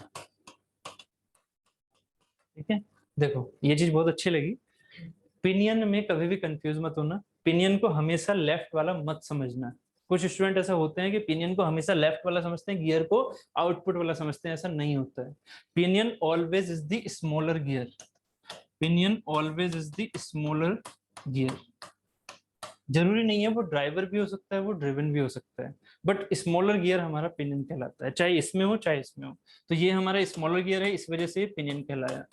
बट ये ड्राइवर है या ड्रिवन है, ये किस पर डिपेंड करता है, किसको आप एनर्जी दे रहे हो, किसको आप इनपुट दे रहे हो। आपने मान लीजिए इसको इनपुट दिया तो ये ड्राइवर होगी, तो आउटपुट किस पर आया, इस पर आया ऐसे, तो ये मेरा ड्रिवन हो गया, है ना। ड्राइवर जो आप चला रहे हो, ड्रिवन जो आपके द्वारा चलाया जा रहा है, ठीक है, ये ड्रिवन हो गया। और साथ ही ये क्या कहलाएगा, गियर। अगर आप जरा सोचो, अगर मैं यहां पर इससे एनर्जी देता हूं तो ये मेरा क्या है, गियर और ड्राइवर, ठीक है। और ये क्या है, मेरा आउटपुट यहाँ पर ऐसे मिल रहा है, ये आउटपुट मिल रहा है इसमें, और इसका नाम क्या है, पिनियन और ड्रिवन, है ना। इसमें थोड़ी थोड़ी कंफ्यूजन होती है velocity ratio and speed ratio में, ठीक है। तो मेरा स्पीड रेशियो से अभी कोई मतलब नहीं है, मुझे वेलोसिटी रेशियो से मतलब है, तो मैं वेलोसिटी रेशियो को समझाऊंगा, ठीक है। तो मुझे ये चीज थोड़ी सी, ये चीज याद रखिएगा, कभी कभी कंफ्यूजन मिल जाती है कि सर गियर तो हमेशा ड्रिवन होता है ना, गियर ड्राइवर भी हो सकता है, पिनियन ड्रिवन भी हो सकता है। क्लियर, चलो। हाँ, तो हम बात करते फोर्स की कुछ, ठीक है। तो अलग की स्लाइड ले लेता हूँ, एक फोर्स की छोटे से एग्जांपल से लेके चल रहा हूँ। कौन सा, यही पिनियन एंड गियर वाला, है ना। पिनियन को मैं यहाँ ड्राइवर बोल रहा हूँ, जरूरी नहीं था, मैं ड्राइवर उल्टा भी कर सकता था, यहाँ से भी ड्राइवर कर सकता था, वहां पर ये जरूरी नहीं है। मैंने शायद इसमें एक चीज कॉमन रख ली, मैंने ड्राइवर हमेशा लेफ्ट को बोला, जरूरी नहीं है, ड्राइवर ये भी हो सकता है, उससे ड्रिवन हो जाएगा, ठीक है। तो ये ड्राइवर था। अब देखो क्या होता है, ये जो अरेंजमेंट है, इस अरेंजमेंट को थोड़ा सा समझना है यहाँ पर, बहुत ज्यादा डेप्थ में नहीं लूंगा क्योंकि गियर जब समझा रहा हूँ, जब गियर चैप्टर होगा तब हम इसकी बात करेंगे। ये कुछ ऐसे अरेंजमेंट, ठीक है, और इसका अरेंजमेंट कुछ ऐसा आ रहा है, इसका अरेंजमेंट कुछ ऐसा आ रहा है, ये यहाँ पर ऐसे, ठीक है, इसका है ये ऐसा अरेंजमेंट, ठीक। बस एक लेके चला मैं, वो बाकी सारी चीजें मैंने अभी अवॉइड कर दी। यहाँ पर मैंने क्या किया, एक शाफ्ट थी, समझना इस चीज को, अगर मैंने यहाँ पर भी डिटेल में नहीं समझाया तो थोड़ा और आगे डिटेल में समझाऊंगा स्लिप के टाइम पर, ठीक है। यहाँ पर क्या है कि गियर अरेंजमेंट सिंपल दिखा रहा हूँ अभी। तो गियर अरेंजमेंट में क्या हुआ कि शाफ्ट की हेल्प से, यहाँ पर मोटर से एक शाफ्ट लगी हुई है, और ये शाफ्ट भी मैं थोड़ा यहाँ पर दिखाना चाहूंगा। ऊपर से देखो आप इसे, तो ऊपर से देखने पर ये हुआ और ये हुआ, ठीक है, ऐसे कुछ मान लो, ठीक। तो ये और साथ ही यहाँ पर ये चीज हम ऐसे मान सकते हैं, ठीक है। और शाफ्ट लग रही होगी यहाँ पर ये ऐसे, और ये ऐसे। बात क्लियर, ये दो हमारी शाफ्ट हो गई। ये है मेरी इनपुट शाफ्ट, आपने क्या दिया, मोटर की हेल्प से आपने इसको चलाया, तो ये है मेरी इनपुट शाफ्ट। इनपुट शाफ्ट से जैसे ये चलेगा, समझो जरा, जैसे ये चला तो इसकी टेंडेंसी क्या है, इसकी टेंडेंसी है इधर की ओर रोटेशन की, है ना भाई। शाफ्ट घूम रही है तो ये भी रोटेट करेगा, ये चीज है ही नहीं अभी, ये मान के चलो। जब ये चीज रोटेट करेगी तो क्या ये इस पर इधर की ओर एक फोर्स नहीं लगाएगी, ऐसे ऐसे एक पॉइंट फोर्स लगाएगी, दिख रहा है, ठीक है। तो जैसे ये पॉइंट फोर्स लगाएगी तो इस पॉइंट फोर्स का जो इफेक्ट इस वाली चीज पर आ रहा है, अब ये मान के चलो कि यहाँ पर ये फ्री है, स्पेस में है ना, ये यहाँ फिक्स नहीं है, ये फ्री है, तो क्या होगा, ये चीज किधर की ओर भागेगी, इधर की ओर भाग रही होगी ऐसे, ठीक है भाई। आपने यहाँ पर एक धक्का मारा और ये चीज ऐसे भागना शुरू हो गई, काम खत्म, ठीक है। तो आप अब क्या करोगे, अब इस चीज को आपने क्या किया, एक होल करके शाफ्ट और लगा दी ऐसी। जैसे ये शाफ्ट लगाओगे तो इस एफ का, इसे हम बोलते हैं एफ, इसे हम बोल देते हैं एफ। इस एफ का अब कंपोनेंट सोचो, कंपोनेंट क्या होगा, मैंने हमेशा आपसे बोला है फोर्स ये तीन नहीं होते हैं, है ना, या तो ये फोर्स अकेला था F, या फिर ये दो फोर्स अकेले थे, या तो ये अकेला था या फिर ये दो अकेले थे, कभी भी ये तीन फोर्स एक साथ नहीं लग रहे होते हैं ना, ये चीजें आपको अंडरस्टूड हैं, ठीक है। तो इसको मैंने बोल दिया FT और इसको बोल दिया मैंने FR बोल दिया रेडियल टाइप से, ठीक है। तो यहाँ पर ये जो कंपोनेंट है इसका दैट इज द FT, ठीक है, और ये जो कंपोनेंट है दैट इज द FR, ठीक।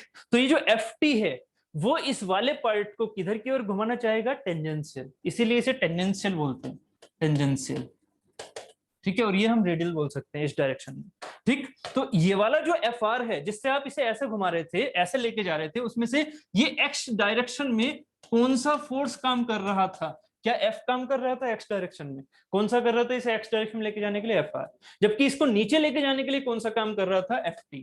तो हमारे लिए डिजाइन के लिए कौन सा यूज किया जाएगा इस गियर के डिजाइन के लिए, FR या FT, FT। क्यों, FR किसके डिजाइन के लिए यूज किया जाएगा, FR डिजाइन के लिए यूज किया जाएगा शाफ्ट की, क्योंकि शाफ्ट अगर कैपेसिटी की नहीं है तो बॉडी क्या करेगी, भाग जाएगी। बात समझ में आ रही है, जो बियरिंग्स है बेसिकली शाफ्ट भी आपकी बियरिंग में घुसी हुई है, तो बियरिंग की अगर कैपेसिटी ऐसी नहीं है तो वो क्या करेगी, इधर की तरफ भागना शुरू कर देगी। बात क्लियर है, ठीक है, समझ में आ रहा है, ठीक। तो ये सारी चीजें हमारी इंटरकनेक्टेड होती हैं, एक फोर्स की हेल्प से ही इतनी सारी चीजें डिजाइन हो जाएंगी आगे धीरे धीरे हर चैप्टर के हिसाब से, ठीक है। मैं बियरिंग में भी ये छोटा सा फिगर फिर से लेके चलूंगा, ठीक। तो यहाँ से F, तो ये हो गया हमारे पास FR का कंपोनेंट एक तरह से, और ये हो गया एक तरह से FT वाला, कहाँ लगेगा, यहाँ पर, FT वाला यहाँ टेंजेंट पर दिखाएंगे, ठीक है। तो टेंजेंशियली ऐसे जा रहा है। अब एक बात बताइए, अगर ये इनर्शियल कंपोनेंट है, इनर्शियल मतलब इसमें मास है ना, आपको ये कॉन्सेप्ट याद होगा, आपने स्कूल टाइम पे पढ़ा था, जहां मास होता है उसकी टेंडेंसी क्या होती है, अपने आप को वहीं पर रखे रहना या खुद ही घूम जाना, वहीं पर रखे रहना, that is the inertia. Inertia क्या होता है, मास अगर है किसी बॉडी में, अगर मैंने पेन को ऐसे रख रखा है तो पेन पर अगर मैं फोर्स ऐसे लगा रहा हूँ, इसके साथ खिलवाड़ नहीं करते, ठीक है, यहाँ पर अगर ऐसे ही रखा हुआ है तो इस पर अगर मैं फोर्स ऐसे लगा रहा हूँ तो क्या पेन मेरे साथ जाना चाहेगा, नहीं, इनर्शिया की वजह से ये चाहेगा कि मैं यहीं रहूं, तो ये मेरे ऊपर फोर्स लगा रहा है, इसीलिए तो मुझे अपनी जान लगानी पड़ रही है। बात समझ में आ रही है, अगर ये चीज मेरे साथ जाती तो ठीक है, फिर हमारी यूनिवर्स ऐसी होती कि बस मुझे कोई फोर्स ही नहीं लगाना था, मेरे हर काम बिना खाए पिए हो जाते। बात समझ में आ रही है, मेरी एनर्जी क्यों जा रही है, क्योंकि मुझे दूसरी चीजों को काम करना पड़ रहा है, चलने के लिए मुझे काम करना पड़ रहा है, अगर काम ही ना करना पड़ता तो एनर्जी कंजर्वेशन, कभी खाना ही ना खाना पड़ता, ठीक है, और ना कभी ये वाली चीजें होती से, ठीक है, खाने के लिए तो होती है, ठीक है। तो ये चीज थी, ठीक। तो अगर ये चीज हटा दो ना आप सही में तो टेंशन खत्म हो जाए, ठीक है। तो क्या है कि यहाँ पर हमने क्या किया था कि FT जो हमारे पास फोर्स लगा है, ये जो FT फोर्स लगा है, इस FT के अपोजिट में अब जरा सोचिएगा, ये जो आपके पास पिंक वाला गियर है, ये गियर भी तो अपनी इनर्शिया की वजह से इस ब्लू वाले पिनियन पर एक अपोजिट फोर्स लगाएगा, ठीक है। तो अगर इसका फ्री बॉडी डायग्राम बनाया जाए, किसका, पिनियन का, अगर पिनियन का फ्री बॉडी डायग्राम बनाया जाए इस ट्रूथ का, तो इस पर किधर की ओर फोर्स लग रहा होगा, इस पर लग रहा होगा, ऐसे लगेगा, है ना, ये F लगेगा बिल्कुल इसके अपोजिट, ऐसे ही एक लगेगा FT, है ना, ऐसे ही एक लगेगा FR। बात क्लियर है, ठीक है। ये होता है हमारा गियर अरेंजमेंट, ठीक है। जब हम गियर डिजाइन करेंगे तो ऐसे डिजाइन करेंगे, आगे सारे लेवाइस इक्वेशन वगैरह सब कुछ करके समझ में आ गया होगा कि FT कैसे हो रहा है। और यही FT यहाँ पर अब क्या करेगा, अब देखो, आपने इस पर पावर दी थी, यहाँ पर जो इक्वेशन बनेगी, अब इक्वेशन बनने का जरा सेंस देखना, स्टूडेंट यहाँ कंफ्यूज रहते हैं थोड़ा, क्या पावर आपने गियर में दी, सॉरी ड्राइवर में, गियर नहीं बोलेंगे पिनियन बोलेंगे इसे, ड्राइवर में आपने पावर दी, तो पावर की वैल्यू कितनी, मान लीजिए 500 वाट, वो किसमें टूटेगी, जरा मेरी बात को समझना, पावर आपने दी, आपने मोटर की हेल्प से पावर दी, मोटर की खुद की कैपेसिटी कितनी, 500, फ्रिक्शन भूल जाओ, 500 की वोट की जो कैपेसिटी है वो इस गियर को घुमाने में लग गई, पिनियन को घुमाने में, पिनियन को घुमाया आपने 500 वॉट से। अब जरा इस 500 वॉट में क्या क्या चीजें होंगी, F इंटू V, ठीक है, या फिर T इंटू ओमेगा, हम T इंटू ओमेगा से भी समझ सकते हैं, ठीक है, T इंटू ओमेगा या F इंटू V। F कौन सा वाला है, FT टेंजेंशियल वाला, ठीक है, समझ में आ रहा है, FT इंटू जो इसकी वेलोसिटी है, ठीक है, इसकी वेलोसिटी है ना, ये वाली है इसकी वेलोसिटी ब्लू वाले की, और इसकी वाली वेलोसिटी है ये वाली, जो ये नीचे की तरफ जा रही है, इसकी वजह से जाएगी तो नीचे की तरफ कैसे, अब जरा समझिएगा इस चीज को।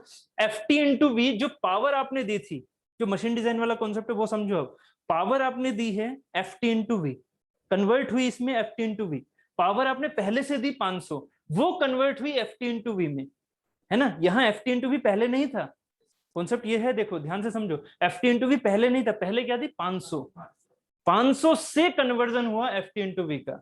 और ये जो Ft इंटू वी जो कि 500 के बराबर आ रही है, ठीक है, ये कहाँ दिख रही है, ये यहाँ दिख रही है। Ft इंटू वी यहाँ पर दिखी, इसने इसको घुमाने के लिए यूज हुई 500, ये घुमा कितने की हेल्प से, 500 की हेल्प से। वो 500 किस में कन्वर्ट हो रही है, Ft इंटू वी में। वो Ft इंटू वी किसे घुमा रही है, इस वाले को, ठीक है। यहाँ 500 नहीं आई थी, यहाँ आई थी Ft इंटू वी, क्योंकि हमने कुछ भी स्लिपिंग नहीं मानी, इसलिए 500 चलती गई। स्लिपिंग हमने मान ही नहीं रहे, इसका मतलब क्या है, 500 चलती जा रही है। बट एक्चुअल वर्डिंग को समझ रहे हो ना, कि पहले 500 क्रिएट हुई यहां पर मोटर में, मोटर ने इसे घुमाया, इसने फिर इसे घुमाया, ठीक है। तो इसने अगर इसे घुमाया तो यहां पर जो ये Ft इंटू वी यहां पर प्रोड्यूस हो रही है, यही हमारा क्या है, डिजायर्ड आउटकम। हमारा डिजायर्ड आउटकम यहाँ पर क्या है, इस वाले गियर को घुमाना Ft इंटू वी से, क्योंकि ये इस शाफ्ट से लगा हुआ है ना, ये इस शाफ्ट से लगा हुआ है, तो शाफ्ट पर हमारा रोटेशन आ रहा है, ठीक है, शाफ्ट पर रोटेशन आ जाएगा। तो Ft इंटू वी हमारा कांस्टेंट था, ठीक है। अब यही चीज हमारी क्या होती है, जो ये वाला आउटकम है, ये क्या है मेरा, टी ओमेगा, है ना। ये जो हमारे पास आया, अब पावर इसमें प्रोड्यूस हुई, इसे हम क्या बोल सकते हैं, Ft, पहले Ft इंटू वी और फिर क्या बना हमारा, टी ओमेगा। इस सेंस में हम बोल सकते हैं इस चीज को कि Ft इंटू वी से हमारा टी ओमेगा बना, ठीक है। मैं ये Ft इंटू वी ही क्यों लिख रहा हूँ यहाँ पर, अभी समझाऊंगा। एक पॉइंट हमारा भी रह गया है, इसको समझाऊंगा, पहले यहाँ पर समझ लो। Ft इंटू वी को मैंने टी ओमेगा बोला, ये जो है इस पर कुछ टॉर्क लग रहा था और ये रोटेशन में जा रहा था, ठीक है। हमारे पास जो टॉर्क होता है वो क्या होता है, Ft into R into omega, जिसे हमने वी बोल दिया था, ठीक है। अब यहाँ पर जो मेरी रेडियस है, जो मेरे रेडियस वाला कॉन्सेप्ट है, उसके साथ समझिएगा कि अगर मेरे यहाँ पर वेलोसिटी सेम, क्योंकि यहाँ जो ये वाला कॉन्सेप्ट है उसको समझो, इस वाले पॉइंट को, ठीक है। यहाँ पर ये जो मेरे वेलोसिटी है वो एक पॉइंट की, ये पॉइंट ऑफ कॉन्टेक्ट है, ये रहा, एक पॉइंट की एक टाइम पर दो वेलोसिटी हो सकती है, सोच के देखो। एक पॉइंट की एक टाइम पर दो वेलोसिटी कभी भी हो सकती है, कभी नहीं, है ना। एक पॉइंट की एक टाइम पर दो वेलोसिटी नहीं हो सकती, ठीक है। इसका मतलब ये पॉइंट इस टाइम पर अगर इस वाले ब्लू वाले के साथ में है तो भी सेम वेलोसिटी रखेगा, और ये इसके पिंक वाले के साथ में तो भी सेम वेलोसिटी रखेगा। यही कॉन्सेप्ट होता है हमारा कि v1, इसके लिए अगर 1 यूज करें, इसके लिए अगर 2 यूज करें, तो v1 इक्वल टू v2, ठीक है। क्योंकि ये जो पॉइंट होता है ये हमेशा कांस्टेंट वेलोसिटी रखेगा, क्योंकि अगर ये कांस्टेंट वेलोसिटी नहीं रखेगा तो इन दोनों के बीच में एंगेजमेंट रहेगा, कभी कभी नहीं। आप सोचो जरा, अगर यहाँ की वेलोसिटी कम कर दो, है ना, ये कि इसकी वेलोसिटी ज्यादा कर दो, तो ये वाला जो पिंक वाला है वो तो नीचे पहुंच गया, और ये जो ब्लू वाला है वो तो धीरे धीरे आ रहा है, अटैचमेंट क्या हो गया, टूट गया। अब कहाँ ट्रांसमिट हो रही है, मतलब ही नहीं, ठीक है। बात समझ में आ रही है। इसलिए कभी भी v1 इक्वल टू v2 ही रहता है गियर में, क्योंकि गियर में अरेंज अटैचमेंट होता है फिजिकल मेटेलिक, ठीक है। तो उसके लिए हमें v1 बराबर v2 ही लेके चलना होता है। और अगर v1 बराबर v2 है तो ft1 बराबर किसके होगा, ft2 के, जो इस पर आपने टेंजेंशियल फोर्स लगाया। अब जैसे कि इसका फ्री बॉडी डायग्राम आपने ये बनाया था, तो इस गियर का फ्री बॉडी डायग्राम और बनाइएगा। तो गियर का फ्री बॉडी डायग्राम क्या हो गया मेरा, इस गियर का फ्री बॉडी डायग्राम हो गया ये ft2 fr2, ये ft2 जो इसके ऊपर लग रहा है, ठीक है, इसके ऊपर ft2 लग रहा है, तो ft2 into v2, this is the power जो इसमें ट्रांसमिट हो रही है। और यही पावर किसके बराबर होगी, यही पावर होगी हमारे ft1 इंटू v1 की, ठीक है। क्योंकि ft1 जो ये इसके ऊपर लग रहा है वो बेसिकली किसके अपोजिशन में लगा था, वो एक्चुअल में मोमेंट इसके फोर्स के पावर के अपोजिशन में लगा था। क्योंकि यहाँ पर आपने सबसे पहले क्या दी थी, 500 वोल्ट की पावर, तो 500 वोल्ट की पावर से जनरेट क्या हुआ था, ft1, और वो ft1 कहां से दिख रहा था आपको, इसके अपोजिट, ठीक है, जो कि यहाँ पर ये लग रहा है। इसको आप ft2 भी बोल सकते हैं, इसको आप ft1 भी बोल सकते हैं। किस सेंस में, अगर आप कहते हैं कि मोटर से आप इसको प्रोड्यूस करते हैं, तो वो हमारा क्या हो गया, ft1 into v1 equal to ft2 into v2। तो अगर मेरा v1 बराबर v2 है तो ft1 should be equal to ft2, FT1 should be equal to FT2। इसीलिए यहाँ पर जो हमारी टेंजेंशियल फोर्सेस होती हैं वो सेम होती हैं। बात क्लियर हो रही है? टेंजेंशियल फोर्सेस सेम होती हैं क्योंकि V1 बराबर V2 होता है, जबकि बेल्ट में, रोप में और आपकी चेन ड्राइव में FT1 is not equal to FT2। बात समझ में आ रही है? कैसे होती है अभी समझाऊंगा उसे आगे, ठीक है? वो चीजें अब आगे चलेंगी। पहले यहाँ वेलोसिटी वाला कॉन्सेप्ट समझ लिया तो फोर्सेस का कॉन्सेप्ट आ गया, क्योंकि पावर ट्रांसमिशन में मानिए कि स्लिप यहाँ पर नहीं मान रहे हैं, ठीक है? वहां पर T1 माइनस T2 वाला जो कॉन्सेप्ट लिया जाता है उसकी बात करेंगे आगे, ठीक है? किस तरह से क्या होता है, ठीक है? चलो, तो ये वाला कॉन्सेप्ट गियर वाला हो गया। अब हम चलते हैं बेल्ट वाले की तरफ, ठीक है? ये गियर वाला एक रफ अरेंजमेंट हो गया जो कि उम्मीद है थोड़ा बहुत क्लियर हो गया होगा। अब चलते हैं gear arrangement, sorry belt arrangement. Belt arrangement, belt arrangement में क्या मैंने यहाँ पर ये लिया, क्या इसका देखिए, जो इसका मैं डायग्राम बनाने जा रहा हूँ इसमें थोड़ा सा टफ रहता है समझना, तो प्लीज साथ में चलते रहिएगा, ठीक है? क्योंकि जब इसके मैं फिगर और बनाऊंगा ना आगे तो आप कंफ्यूज हो जाओगे फिर, तो इसलिए अगर बेसिक अंडरस्टैंडिंग आपने कर ली तो फिर कभी कंफ्यूज नहीं होंगे। जैसे कि ये चीज है, ठीक है? फिर से वही बेल्ट को भी मैं अलग से ही बना रहा हूँ। This is the pulley, this is the पुली, और ये मैंने लगा दी यहाँ पर बेल्ट। सॉरी ये तो ज्यादा ही पीछे हो गया यार, ये मैंने लगा दी यहाँ पर बेल्ट ऐसे, ठीक? यहाँ की पुली हो गई ये, ठीक है? ये दो पुली हो गई, साफ्ट हमारी ये हो गई, साफ्ट भी ले लो, साफ्ट ये हो गई इसमें, साफ्ट ये हो गई इसमें, ठीक है? 2D भी दिख रहा है, ये हमारा टॉप व्यू हो गया, ये हमारे फ्रंट व्यू हो गए। बेल्ट यहाँ पर कैसे लगी होगी, ये लगी, ये सिर्फ लाइन डायग्राम से दिखा देता हूँ। This is the belt arrangement, ठीक है? अच्छा, अब जो जो मैं बोल रहा हूँ प्लीज उस पर ध्यान देना, ठीक है? सबसे पहले मैं बोल रहा हूँ इस पर कोई फोर्स नहीं लग रही, कोई मोशन नहीं दे रहा, कुछ नहीं है, ये ऐसे ही रखा हुआ है बस, ठीक है? अगर ये चीज ऐसे ही रखी हुई है तो बेल्ट कहाँ होगी, बेल्ट की कंडीशन क्या होगी, रियल में सोचो, बेल्ट की कंडीशन क्या होगी अगर ये सिर्फ ऐसे ही रखा हुआ? लूज होगी, है ना? लूज होगी, ठीक? क्योंकि सेल्फ वेट काम कर रहा होता है रियल, ये मैं रियल की बात कर रहा हूँ, मैंने ये क्वेश्चन पूछा आपसे रियल सेंस में। अगर कुछ भी ना लग रहा हो तो सेल्फ वेट अगर लग रहा है ऑब्वियस लगेगा रियल में, ठीक है? तो ये चीज कैसी होगी, कुछ ऐसी, कुछ ऐसी, ऐसे, और ये चीज ऐसी होगी कुछ, है ना? ये चीज कुछ ऐसी होगी क्योंकि अपनी सेल्फ वेट की वजह से इस तरह से होगी, ठीक है? इसीलिए अभी मैं वो वाली बात नहीं कर रहा इनिशियल टेंशन की, बट मैं अभी बोल रहा हूँ आपको हमेशा बेल्ट के अंदर इनिशियल टेंशन प्रोवाइड की जाती है। कभी भी बेल्ट ऐसे ही लूज आपको नहीं दिखनी चाहिए, बेल्ट कैसी होनी चाहिए, एकदम टाइट, बिना रोटेशन के भी बेल्ट कैसी होनी चाहिए, टाइट। बात समझ में आ रही है ना? आप कहाँ सोच रहे थे और एक चीज क्या ऐड कर दी गई, आप सोच क्या रहे थे, सेल्फ वेट की वजह से ये क्या होगी, लूज होगी, है ना? ये लूज होगी, बट आज ही जाके देखना ये चक्की वाली दुकान जो होती है हमारी आटा चक्की वाली, उस पर देखना ये बेल्ट टाइट मिलेंगे आपको। क्यों? क्योंकि वो पहले से ही क्या होती है, इनिशियल टेंशन प्रोवाइड की होती है विदाउट एनी रोटेशन, उसमें पहले से ही क्या होता है, इनिशियल टेंशन प्रोवाइड। ये इनिशियल टेंशन कैसे प्रोवाइड करेंगे, कोई बता पाएगा? इनिशियल टेंशन कैसे प्रोवाइड कर सकते हैं? अगर ये बेल्ट की एक लेंथ फिक्स होगी, भाई ये तो ऐसे नहीं बार बार हम लेंथ बढ़ाने के लिए उसमें कुछ ना कुछ ऐड कर रहे हैं, ऐसा तो होगा नहीं, तो बेल्ट की लेंथ एक फिक्स है। सेंटर डिस्टेंस, अगर मान लो आपकी क्रीपिंग की वजह से बेल्ट की लेंथ बढ़ भी गई, सेंटर डिस्टेंस इंपॉर्टेंट फैक्टर है।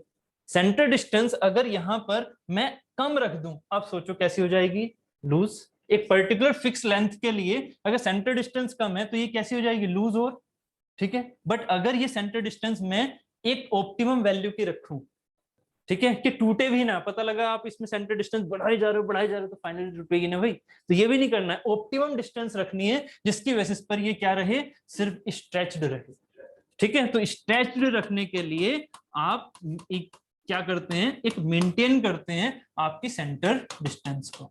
सेंटर डिस्टेंस को मेंटेन करते हैं। बात क्लियर है? इससे इनिशियल टेंशन क्रिएट हो जाती है। ये चीज हो गई, ठीक है। इनिशियल टेंशन क्रिएट होने की वजह से होगा क्या, ड्रॉबैक क्या है इस इनिशियल टेंशन का? इनिशियल टेंशन का ड्रॉबैक क्या है, सोचो। फायदा तो ये बहुत बढ़िया, बहुत बढ़िया, ठीक है। ये चीज मैं प्रूफ भी करूंगा आगे। ड्रॉबैक क्या है? हाँ, क्रॉस में भी जोड़े जाते हैं, वो हमारे क्रॉस मतलब केस होता है, वो अभी आएगा। अभी ओपन केस भी समझाऊंगा, मैं तो अभी सिंपल वाला केस ले रखा है। ओपन में सिंपल वाला हो जाता है, ठीक है। लाइफ कम हो जाएगी, क्यों? क्यों लाइफ कम हो जाएगी?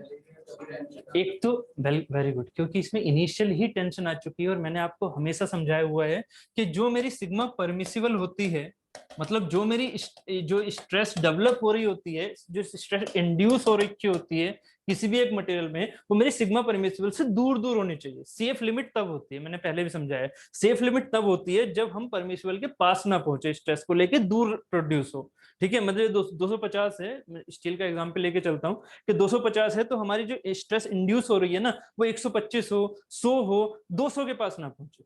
जबकि इस केस में क्या होगा, अगर इनिशियल टेंशन दे देंगे तो अभी तो फोर्सेस लगाएंगे, उससे पहले ही पहले आपने इसमें टेंशन प्रोड्यूस कर दी, तो ये तो 250 के और पास पहुंचेगी ना जल्दी से, क्योंकि इसमें 0 से स्टार्ट नहीं हो रहा, इसमें पहले से 50 या 100 से स्टार्ट हो रहा है। इस वजह से क्या होगी, इसकी लाइफ कम हो जाएगी। बात क्लियर? ड्रॉबैक ये है, और फायदा ये है कि स्लिपिंग के केसेस कम होंगे, ठीक है। फायदा ये, ठीक है। चलो, ये वाली चीज हो गई फर्स्ट चीज, ठीक है। उसके बाद अब यहाँ पर थोड़ा सा और अब आगे चलते हैं। पहली चीज तो ये कंप्लीट हो गई। अब आगे कि मैंने इसको, अब ध्यान से समझना, मैंने इसको मोमेंट दिया यहाँ पर, मतलब मैंने इस पर टॉर्क लगा दिया, ऐसे ऐसे घुमाना शुरू किया। जब मैं इसे ऐसे घुमाऊंगा तो इसमें कंफ्यूजन हो जाती है, क्या, जो मैं टेंशन साइड दिखाऊंगा। इसलिए मेरी थिंकिंग और मेरी जो मैं लैंग्वेज बोल रहा हूँ उसको ध्यान से समझना, क्या क्या मैं बोल रहा हूँ यहाँ पर। पहले मैं इन चीजों को हटा दूं।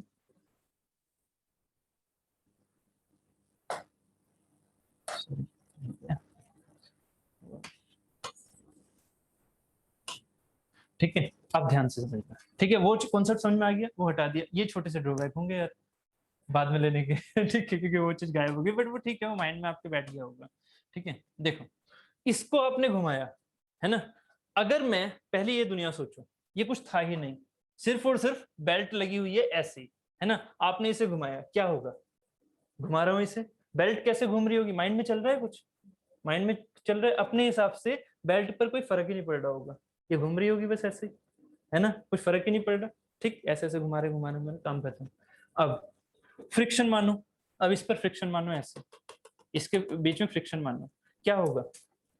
है ना, जैसे टीथ मानते हैं अपने माइंड में, है ना, ऐसे टीथ मान के चलो, क्या होगा? इसे घुमाओगे तो, है ना, बेल्ट घूमेगी तो, बट बेल्ट सिंपल एक साथ साथ घूम रही होगी, एक टीथ पर आई, फिर दूसरा टीथ निकल गया तो यहाँ से वो टीथ पर चढ़ गई, है ना, जैसे एक जनरली होता है वैसे चल रहा होगा। सिंपल तरीका, दोनों समझ में आ रहा है ना। अब क्या करना है? अब ये करना है कि यहाँ पर उस बेल्ट को अपने माइंड में लेके आके, और उस पर एक अलग से पुली लेके आओ, उसके अंदर बांटते हुए ऐसे लेके आओ, है ना, उसके अंदर बांटते हुए ऐसे लेके आओ।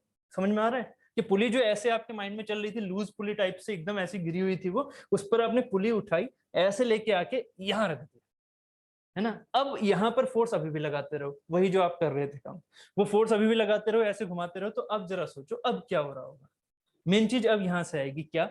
आपने जो इसका मोशन दिया था, आपने ही तो अभी बताया था ना कि ये चीज ऐसे घूम रही थी इसके साथ, अगर टीथ अपने माइंड में चल रही थी तो ये चीज इधर की ओर भाग रही थी, ये चीज इधर की ओर भाग रही थी, और ये इधर की ओर से चढ़ रही थी। इंपॉर्टेंट ये चढ़ना है, ठीक है, यहीं से वो केस समझ में आता है। उतरना मत सोचो, इंपॉर्टेंट इंपॉर्टेंट है चढ़ना। क्योंकि जब आप ये चीज यहाँ पर लगाओगे ना, तो मेन चीज क्या है, आपको इसको, क्योंकि फ्रिक्शन यहाँ आ गया, इसमें भी टीथ मान लो, अभी एग्जाम्पल के तौर पर इसमें भी आपने टीथ मान ली। अब जरा सोचो कि क्या, कि जब जिस टाइम पर ये चीज इसके साथ में आ गई, अब पुली जब इसको घुमाओगे आप, तो इस पुली के साथ बेल्ट भी घूमती, जैसे अभी घूम रही थी। अब जब ये बेल्ट घूमती तो बेल्ट घूम जाती, अगर ये फ्री होती तो, जैसे अभी आपके माइंड में घूमी थी, बट इस पर अब क्या कर दिया आपने, एक पुली और लगा दी। तो अब यार इस पुली को भी तो घुमाना है। अभी यहाँ शाफ्ट मत समझना, बियरिंग मत समझना, अभी सिंपल एक पुली समझना। तो पुली को भी तो घुमाना है, तो पुली को घुमाने के लिए क्या होगा, आपको फोर्स अपने माइंड में बढ़ानी पड़ेगी, है ना। फोर्स आपको बढ़ानी पड़ रही है, और वो फोर्स किस लिए बढ़ानी पड़ रही है? क्योंकि आपको इस बेल्ट का ये वाला पार्ट इधर की ओर लेके आना पड़ रहा है, इसी को तो खींचने में दिक्कत आ रही है ना। है ना। तो इसको खींचने में जैसे हम इस चीज को यहां से लेके आने की कोशिश कर रहे हैं, तो यहां से लेके आने के लिए ये वाली चीज इस पर विरोध उत्पन्न कर रही है खींचने के लिए, है ना। तो यहां से इसी चीज को समझना है।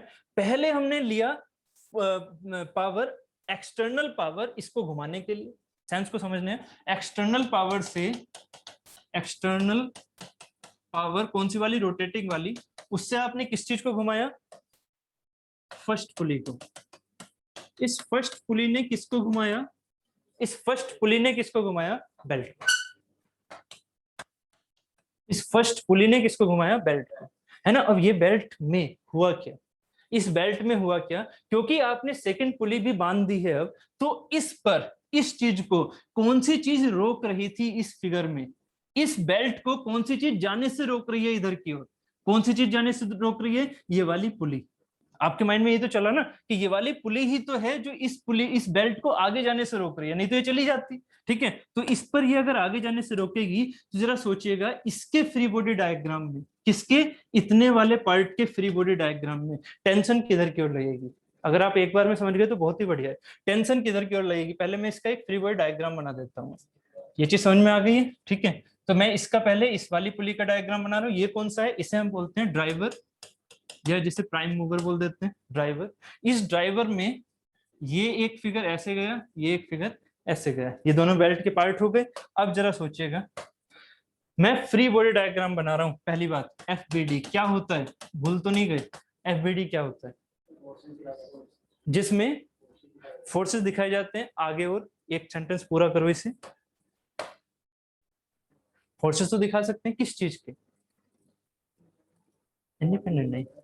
Very good. मैं ये हमेशा आपको बताया, जब भी मैंने एसएफडी आपको पढ़ाई है, ठीक है, या फिर स्ट्रेस भी समझाई है, तभी मैंने ये भी बोला है आपसे कि एफबीडी का मतलब होता है एक्सटर्नल फोर्सेस जो भी उस पर्टिकुलर बॉडी पर लग रहे हैं। कौन सी बॉडी पर, जिसका आप डायग्राम बना रहे हो। तो यहाँ पर कौन सी वाली बॉडी आप डायग्राम में लेके चल रहे हो, बेल्ट या पुली, बेल्ट। मैंने क्या बोला, ये सेक्शन काटना है, तो किसका सेक्शन काटा, पुली का या बेल्ट का, बेल्ट का। फ्री बॉडी डायग्राम किसका बना रहे हो, बेल्ट का, ना कि पुली का।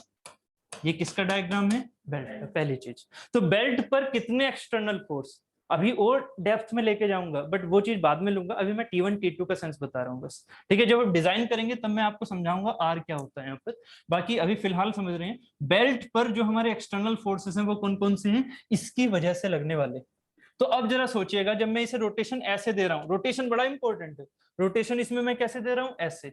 प्राइम मूवर ने, यहीं से स्टार्ट करो, प्राइम मूवर ने रोटेशन दिया ऐसे क्लॉकवाइज, है ना। तो क्लॉकवाइज रोटेशन दिया, बेल्ट कैसे घूमेगी, ऐसे करके। बेल्ट इसके साथ ऐसे आएगी, तो बेल्ट का रोटेशन कैसे होगा, ऐसे, है ना, क्लॉकवाइज होगा बेल्ट का रोटेशन। अब ये जो बेल्ट का रोटेशन है, अब बताइएगा बेल्ट पर टेंशन कैसी लग रही होगी, इस वाले फिगर के हिसाब से टेंशन किधर की ओर लग रही होगी। अब मुझे बताइए, T1 ऐसे होगा या ऐसे होगा, T1 ऐसे होगा, बैकवर्ड या फॉरवर्ड होगा, सॉरी फॉरवर्ड होगा या बैकवर्ड होगा, ऐसे होगा ना, फॉरवर्ड, ठीक है, फॉरवर्ड इधर की तरफ होगा। क्यों, क्यों, सॉरी, आपके माइंड में ये भी चल रहा होगा कि सर टेंशन तो ऐसे आनी चाहिए। आपके माइंड में, किसी के माइंड में ये चल रहा है, प्लीज बता दो कि सर ऐसे फोर्स लगनी चाहिए तभी तो ये चीज ऐसे जाएगी। आप सब में सभी सही सोच रहे हैं ना, ऐसे ही सोच रहे हैं ना कि टेंशन हमारी इधर की ओर आएगी। टेंशन क्या होती है, टेंशन होती है अपोजिट, ठीक है, टेंशन होती है अपोजिट। यहां पर इस बॉडी के लिए टेंशन लगेगी इस डायरेक्शन में, क्योंकि क्या है, इसके फ्री बॉडी डायग्राम में जो इस पर एक्सटर्नल फोर्स लग रहे हैं, जो ये लगा रहा है वो नहीं, जो इस पर लग रहे हैं वो। तो इस पर किधर की ओर लग रहे हैं, फ्री बॉडी डायग्राम वही तो होता है, जो ये लगा रहा है वो नहीं, ये पार्ट इस पर लगा रहा है। समझो इस वर्डिंग को, ये वाला पार्ट इस वाले पार्ट पर लगाएगा फोर्स, तो वो इस डायग्राम में आएगा। कंफ्यूज मत हो जाओ, कंफ्यूज मत हो जाओ, बहुत बड़ी चीज नहीं है ये, बहुत छोटी सी चीज है, आपकी 11th क्लास की चीज है या 9th की बोल सकता हूँ। एफबीडी, सॉरी ड्राइवर नहीं, एफबीडी। एफबीडी क्या होता है, किसी बॉडी पर लगने वाले फोर्स, ना कि उसके द्वारा लगाए गए फोर्स। एफबीडी किसी बॉडी पर लगने वाले फोर्स, ना कि उसके द्वारा लगाए गए फोर्स। एक बॉडी है, इसका वेट नीचे की ओर लग रहा है, इस पर नॉर्मल रिएक्शन ऊपर की ओर लग रहे हैं, ठीक है। अब बताओ, इस पर ये दोनों फोर्स लग रहे हैं या फिर इसके द्वारा लगाए गए हैं? कभी छोटी छोटी चीजें भी ना आपको बहुत कंफ्यूज कर देती हैं, इसीलिए मैं कंफ्यूज करना भी चाह रहा हूँ, कम से कम पता तो लगे। ये फोर्सेस इस पर लग रहे हैं या इसके द्वारा लगाए जा रहे हैं, डब्ल्यू और एन? बॉडी के द्वारा लगाए जा रहे हैं, बहुत बढ़िया। अरे बॉडी का तो कोई यार बेचारी, वो तो अकेली बॉडी थी, उस पर पृथ्वी आ गई, क्या करे वो पृथ्वी के पास से निकल गई, उसकी क्या गलती? मैं पृथ्वी पर पैदा हो गया, मेरी क्या गलती? अब सोचो ना कि मेरे पे फोर्स किसने लगाया, मेरे पे फोर्स पृथ्वी ने लगाया ना भाई, मेरे पे फोर्स अर्थ लगा रही है ना, इसीलिए तो इस एफबीडी पर ये डब्ल्यू नीचे की तरफ लिया जाता है। अगर ये नीचे की ओर लगा रही होती तब आप कहते ना ये थोड़ी लगा रही है नीचे की ओर, this is not the external force, this is W. ये क्या है, ये धरती द्वारा लगाया गया इस पर फोर्स है। और ये क्या आ गया फिर, एन।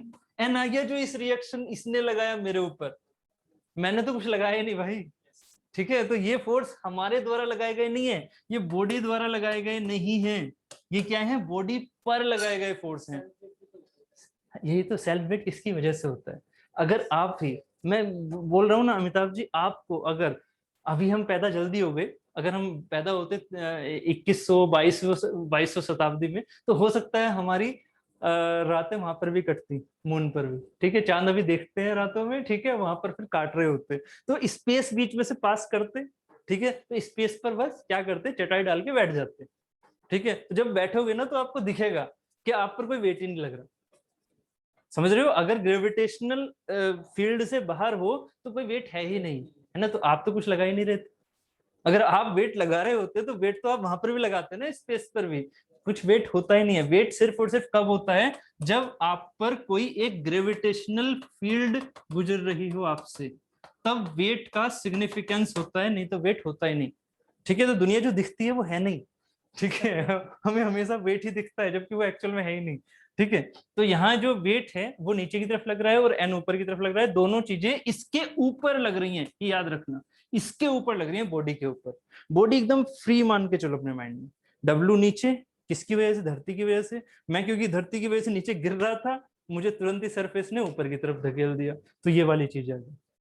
ठीक है, एन आ गई। ठीक, ऐसे ही यहां पर था, बेल्ट को एकदम फ्री मान लो, है ना। बेल्ट पर कौन से फोर्सेस लग रहे हैं, बेल्ट अगर ये फ्री थी, ठीक है, बेल्ट ये फ्री थी, तो इस पर कौन से फोर्सेस लग रहे हैं, यहां से यहां तक ये वाला पार्ट अगर बेल्ट का फ्री है और मैं मोशन ऐसे करवा रहा था, बेल्ट का पार्ट ये फ्री है, तो कौन सी वाली चीज इसे इधर की ओर जाने से रोक रही है, इधर की तरफ की लगने वाली फोर्स जो पुली की वजह से आई थी, जो हमने पुली धसाई थी ना इसके अंदर। सोच रहे थे ना आप, जब पुली आपने इसके अंदर इनबिल्ट की थी ऐसे, ठीक है, तो क्या किया था आपने, यहाँ पर टेंशन क्रिएट की थी, है ना।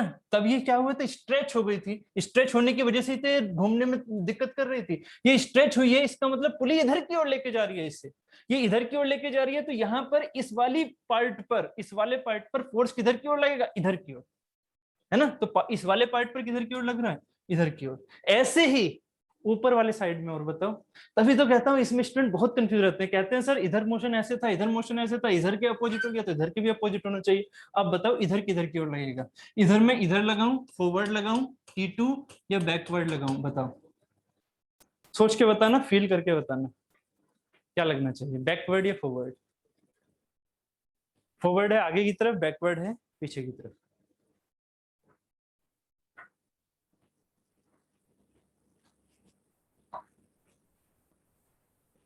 बताओ भाई मनीष जी, कुछ तो बताओ।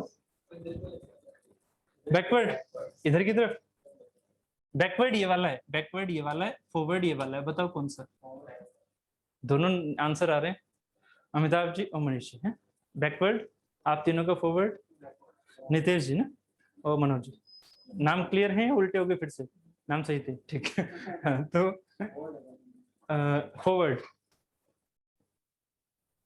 नहीं नहीं ऐसे नहीं, मेरे कहने से नहीं, मुझे तो पता है।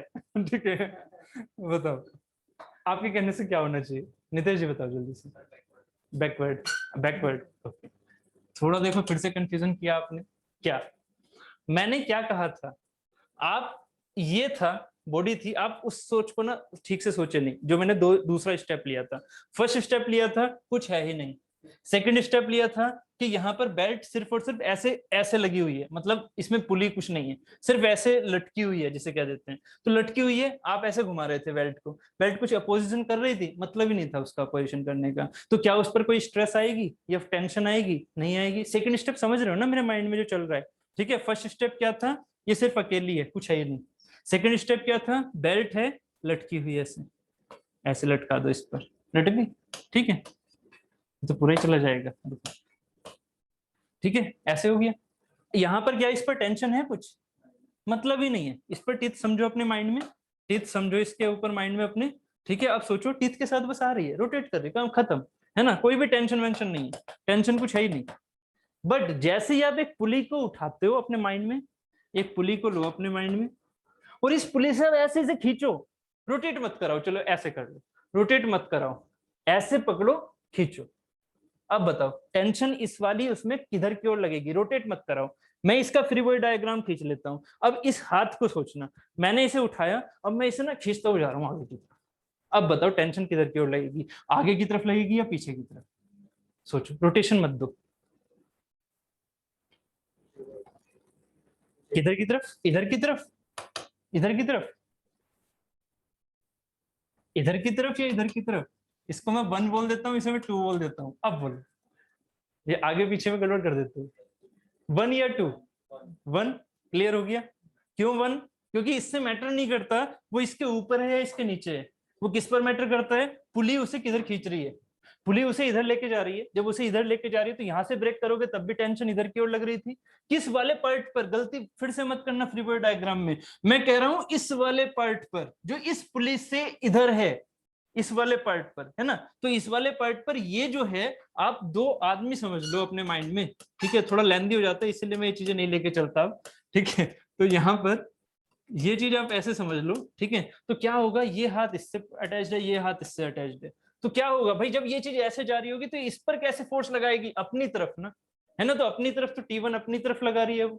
ठीक है, इस वाले आदमी पर जिसकी हम फ्री बॉडी बना रहे हैं, इस वाले की, ठीक है, इस वाले की जो हम फ्री बॉडी बना रहे हैं। ऐसे ही ऊपर वाले की फ्री बॉडी सोचो कि इस वाले पर क्या हो रहा है, इस वाले पर क्या हो रहा है, ये इसके हाथ थे, है ना। इस वाले आदमी ने क्या किया, इस वाले आदमी ने क्या किया, इसको यहां पर ये हाथ ऐसे पकड़े हुए थे, तो क्या करेगा वो? इधर की ओर तो खींचेगा जब पुली पर आप इधर की ओर फोर्स लगा रहे होते, है ना। तो यहाँ पर भी क्या आएगा, फोर्स इधर की ओर, तो टेंशन क्या हो गया, इधर। उम्मीद है क्लियर हो गया? ठीक है, तो चीजें एकदम क्लियर है ना। बहुत ही ज्यादा इंपॉर्टेंट है आगे भी जब हम रिलेशन लिखेंगे, T1 - T2 क्यों करते हैं वो, क्या चीज अपोजिट होगा तो? हाँ बिल्कुल, है ना, अपोजिट का सेंस ही नहीं आ पाएगा उस सेंस में, क्योंकि अगर आप अपोजिट करोगे तो वो स्लैक हो जाएगी, तो मतलब ही नहीं बैठेगा। ठीक है, तो टेंशन तभी है जब ये चीजें हैं। बस अब क्या करना है, अब उस चीज में अपना रोटेशन और जोड़ दो, जो आपने अभी सोचा ना अपने माइंड में, जब अब क्लियर हो गया तो अब उसमें रोटेशन और जोड़ दो। तो रोटेशन से क्या यहाँ टेंशन खत्म हो रही है? नहीं ना। क्या यहाँ रोटेशन से टेंशन खत्म हो रही है? नहीं ना। ठीक है, तो ये चीजें हम अभी आगे एनालिसिस भी करेंगे कि एक है विदाउट रोटेशन, एक है रोटेशन, कैसे टेंशन चीजें कम हो रही हैं, बट निगेटिव कंप्रेशन में नहीं पहुंचेगी, रहेगी अभी भी टेंशन में, है ना। ये चीजें अभी बताएंगे कि कौन सी चीज कम होती है, कौन सी चीज ज्यादा होती है। अगर मैं आपसे सिंपल सेंस पूछूं कि रोटेशन नहीं था, जिसे हम बोलते हैं इनिशियल टेंशन, ये एक्चुअली इनिशियल टेंशन वाली सेंस समझाई थी मैंने अभी, विदाउट रोटेशन। अगर मैं आपसे कहता हूं कि अब इसे रोटेशन दे दो, ऐसे रोटेशन दिया, तो अब बताइए ऊपर वाली टेंशन कम होगी या ज्यादा? ऊपर वाली टेंशन कम होगी या ज्यादा? ऐसे रोटेशन दे रहा हूं, ऐसे ध्यान से समझना। ऊपर वाली सोचो जरा, ऊपर वाली टेंशन कम होगी या ज्यादा? कम होगी। आपने वो फिगर समझ रखे हैं ना, यहां तक पहुंच गए थे आप खींचते हुए, अब आपने क्या किया, इसे रोटेशन दिया, तो ऊपर वाली टेंशन क्या होगी, कम, क्योंकि रोटेशन उस डायरेक्शन में जा रहा है। कम होगी। क्या वो कंप्रेशन हो जाएगी? क्या वो कंप्रेशन हो जाएगी? कभी नहीं। कंप्रेशन होना एक अलग चीज है। कंप्रेशन होना होता है उस बॉडी को दबाना दोनों तरफ से, यहाँ दबाया नहीं जा रहा, उसकी वैल्यू कम हो रही है, उसकी वैल्यू कम हो रही है। ठीक है, जैसे मैंने कभी फटीग में भी आपको समझाया था। ठीक है, तो यहाँ कंप्रेशन की वैल्यू, मतलब टेंशन की वैल्यू कम हो रही है। यहाँ बताइए नीचे वाले पार्ट में क्या होगा आफ्टर रोटेशन? आफ्टर रोटेशन नीचे वाली टेंशन बढ़ेगी या कम होगी? आफ्टर रोटेशन नीचे वाली टेंशन बढ़ेगी या कम होगी? सोचो, कम होगी। इनिशियल टेंशन है, इनिशियल दोनों आपने ऐसे खींच रखे हैं, सोचो जरा, पहले से दोनों आपने ऐसे खींच रखे हैं। अब आपने क्या किया, इसे रोटेट किया क्लॉकवाइज। अब सोचो जरा क्या होगा नीचे वाले पार्ट में, टेंशन बढ़ेगी या कम होगी? बढ़ेगी। स्लीपिंग मत सोचो, अभी भी अपने माइंड में टीथ सोचो। तो जब वो क्या है, टीथ अभी और खींच रहे हैं उसे, एक तो पहले खींचे हुए हैं ऐसे, पुली को हमने सेंटर डिस्टेंस के बेसिस पे खींचा हुआ है, और एक क्या कर रहे हैं, वो प्राइम मूवर फिर से घुमा रहा है उसे, वो और खींच रहा है, एक साथ ऐसे घुमा रहा है ना, वो लेके जा रहा है अपने साथ। तो क्या होगा, टेंशन बढ़ेगी, है ना। तो नीचे वाले पार्ट में टेंशन बढ़ती है, ऊपर वाले पार्ट में टेंशन कम होती है, बट होती टेंशन ही है दोनों में। हाँ हाँ, लोड के हिसाब से जितना आप दे रहे हैं और उसके हिसाब से जितना आप आ रहा है, ठीक है। बट अगर हमारे पास नहीं, अगर लोड नहीं है तब भी टेंशन बढ़ेगी। क्यों? क्योंकि आप यहाँ से रोटेशन दे रहे हो। लोड इन द सेंस मैंने शाफ्ट लगा दी, अब ऐसा नहीं कि शाफ्ट कुछ है ही नहीं, वहां पर शाफ्ट लगी हुई है, ठीक है, और आप उस पर फोर्स लगा रहे हो तो शाफ्ट भी घूम रही है। ओमेगा टी इंटू ओमेगा तो आएगा। अब टी इंटू ओमेगा में से कौन सी चीज, सॉरी, जो आप अमन जी पूछ रहे हो ना, वहां पर टी इंटू ओमेगा होता है। लोड बेसिकली टी से रिलेट करता है हमारा, ठीक है। अगर हमें लोड ज्यादा है तो ओमेगा कम करना होगा, अगर लोड कम है तो ओमेगा ज्यादा करना। ये फायदा होता है, ये तरीका होता है आप उस वाली थिंकिंग को लेके चलने का, ठीक है। तो बात समझ में आ गई है ना, टेंशन वाली कॉन्सेप्ट समझ में आ गया। तो यहां से ये अपर एंड लोअर वाला हिसाब से समझ में आ गया, this is the upper end this is the lower. सेल वेरियन नहीं माना हुआ है, ये पहले माना था, अब नहीं मान रहे हैं, ठीक है। ये कंडीशन हो गई, ये हो गया इसका फ्री बॉडी डायग्राम। अब इसका फ्री बॉडी डायग्राम और देख लो, है ना, ये है मेरा ड्रिवन। ड्रिवन का फ्री बॉडी डायग्राम क्या होगा, बेल्ट का,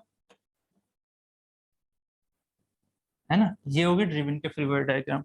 बेल्ट का कैसे दिखेगा इस पर बताइए। ऐसे बनाऊं, और ये वैल्यू क्या होगी, T1 होगी या कुछ और होगी? भाई ये सेम बॉडी है, यहां से यहां तक कुछ चीज नहीं है इसके बीच में, तो ये T1 ही होगी या नहीं? पहली बात तो ये मैग्नीट्यूड सेम होगा, डायरेक्शन आप बताओगे, T1 यहाँ ऐसे लगेगा या T1 ऐसे लगेगा, बताओ।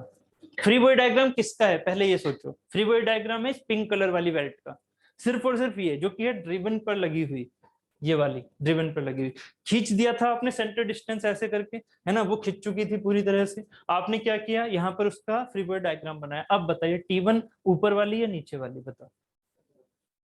ऊपर वाली या नीचे वाली, T1। इस फ्री बॉडी डायग्राम में बेल्ट के ऊपर T1 ऊपर वाली या नीचे वाली? ऊपर वाली। क्यों? क्यों, फिजिकली सोच भी रहे हो या नहीं? क्योंकि खींच रहे हैं उधर की तरफ, तो कौन उसे रोक रहा है जाने से?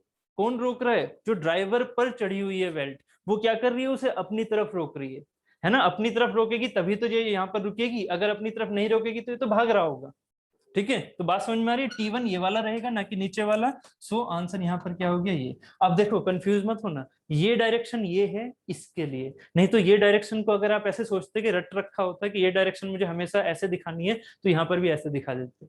इसलिए कॉन्सेप्ट से चलो, रटो मत, ठीक है। तो यहाँ पर T1 ऐसे, अब इसके लिए और बता दो, ऊपर वाले के लिए। ऊपर वाले के लिए T1 सॉरी T2 होगा, क्योंकि यहाँ T2 है, मटेरियल सेम है। अगर यहाँ T2 बोला आपने तो यहाँ पर भी T2 बोलोगे, ऑब्वियस, मटेरियल सेम है। तो यहाँ T2 ऐसे होगा, ऊपर या नीचे? अब इसका आंसर दो, T2 ऊपर या नीचे, ठीक है। T2 back side, back side Manish ji, doubt कुछ? T2 ऐसे ऊपर, सॉरी T2 ऐसे फॉरवर्ड या बैकवर्ड? बैकवर्ड, ठीक है, क्योंकि इधर वाला भी तो मटेरियल सेम काम कर रहा होगा उसे इधर खींचने का, क्योंकि ये चीज ऐसे खींच रही है ना। बाद में रोटेशन सोच लो, बाद में रोटेशन सोच लो, अब जरा रोटेशन के बारे में सोचना, क्योंकि यहाँ फिर और कंफ्यूज हो गया। अब देखते हैं इस रोटेशन के बारे में आप क्या सोचते हो। यहाँ पर रोटेशन इसका कैसे हो रहा है, ऐसे। इसका रोटेशन कैसे होगा, ऐसे। अब बताओ जरा, अब बताओ जरा, इस पर T2 पहले यहाँ पर फिक्स कर दूं मैं, ये हो गया T2 ऐसे। अब बताओ इस पर ऊपर वाले पर टेंशन बढ़ेगी या घटेगी? ऊपर वाले पर टेंशन बढ़ेगी या घटेगी? रोटेशन तो ऐसे हो रहा है, सोचना जरा अच्छे से। बढ़ेगी। नीचे पे बढ़ेगी, जबकि ये चीज तो ऐसे जा रही है। रोटेशन ऐसी है, यहाँ रोटेशन ऐसी थी, यहाँ रोटेशन ऐसी है। बेल्ट ड्राइव इधर थी, इसमें इसमें इधर है। ऊपर का बढ़ेगा, ऊपर का बढ़ेगा, दिख रहा है ना, क्लियर, सबको दिख रहा है। ऊपर का बढ़ेगा, नीचे घटेगा। अच्छा ऐसा क्यों है अमिताभ जी, और बताओ। बात ठीक है आपकी, इक्वल है, सेंस वो सही जा रहा है आपका, बट एक चीज और है जो थोड़ा सा और बताना है। मैंने ये चीज बता दी थी, बट अब देखते हैं कि उस चीज पर पहुंचता कौन है।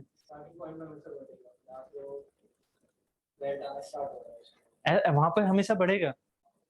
ओके, टेंशन बढ़ेगा। ओके, बात सही है आपकी, सोच के जरा देखो, एक चीज छोटी सी गड़बड़ कर रहे हो, है ना। ये जो चीज आपने बोली ना, ये बिल्कुल सही बोली, बट किस सेंस में,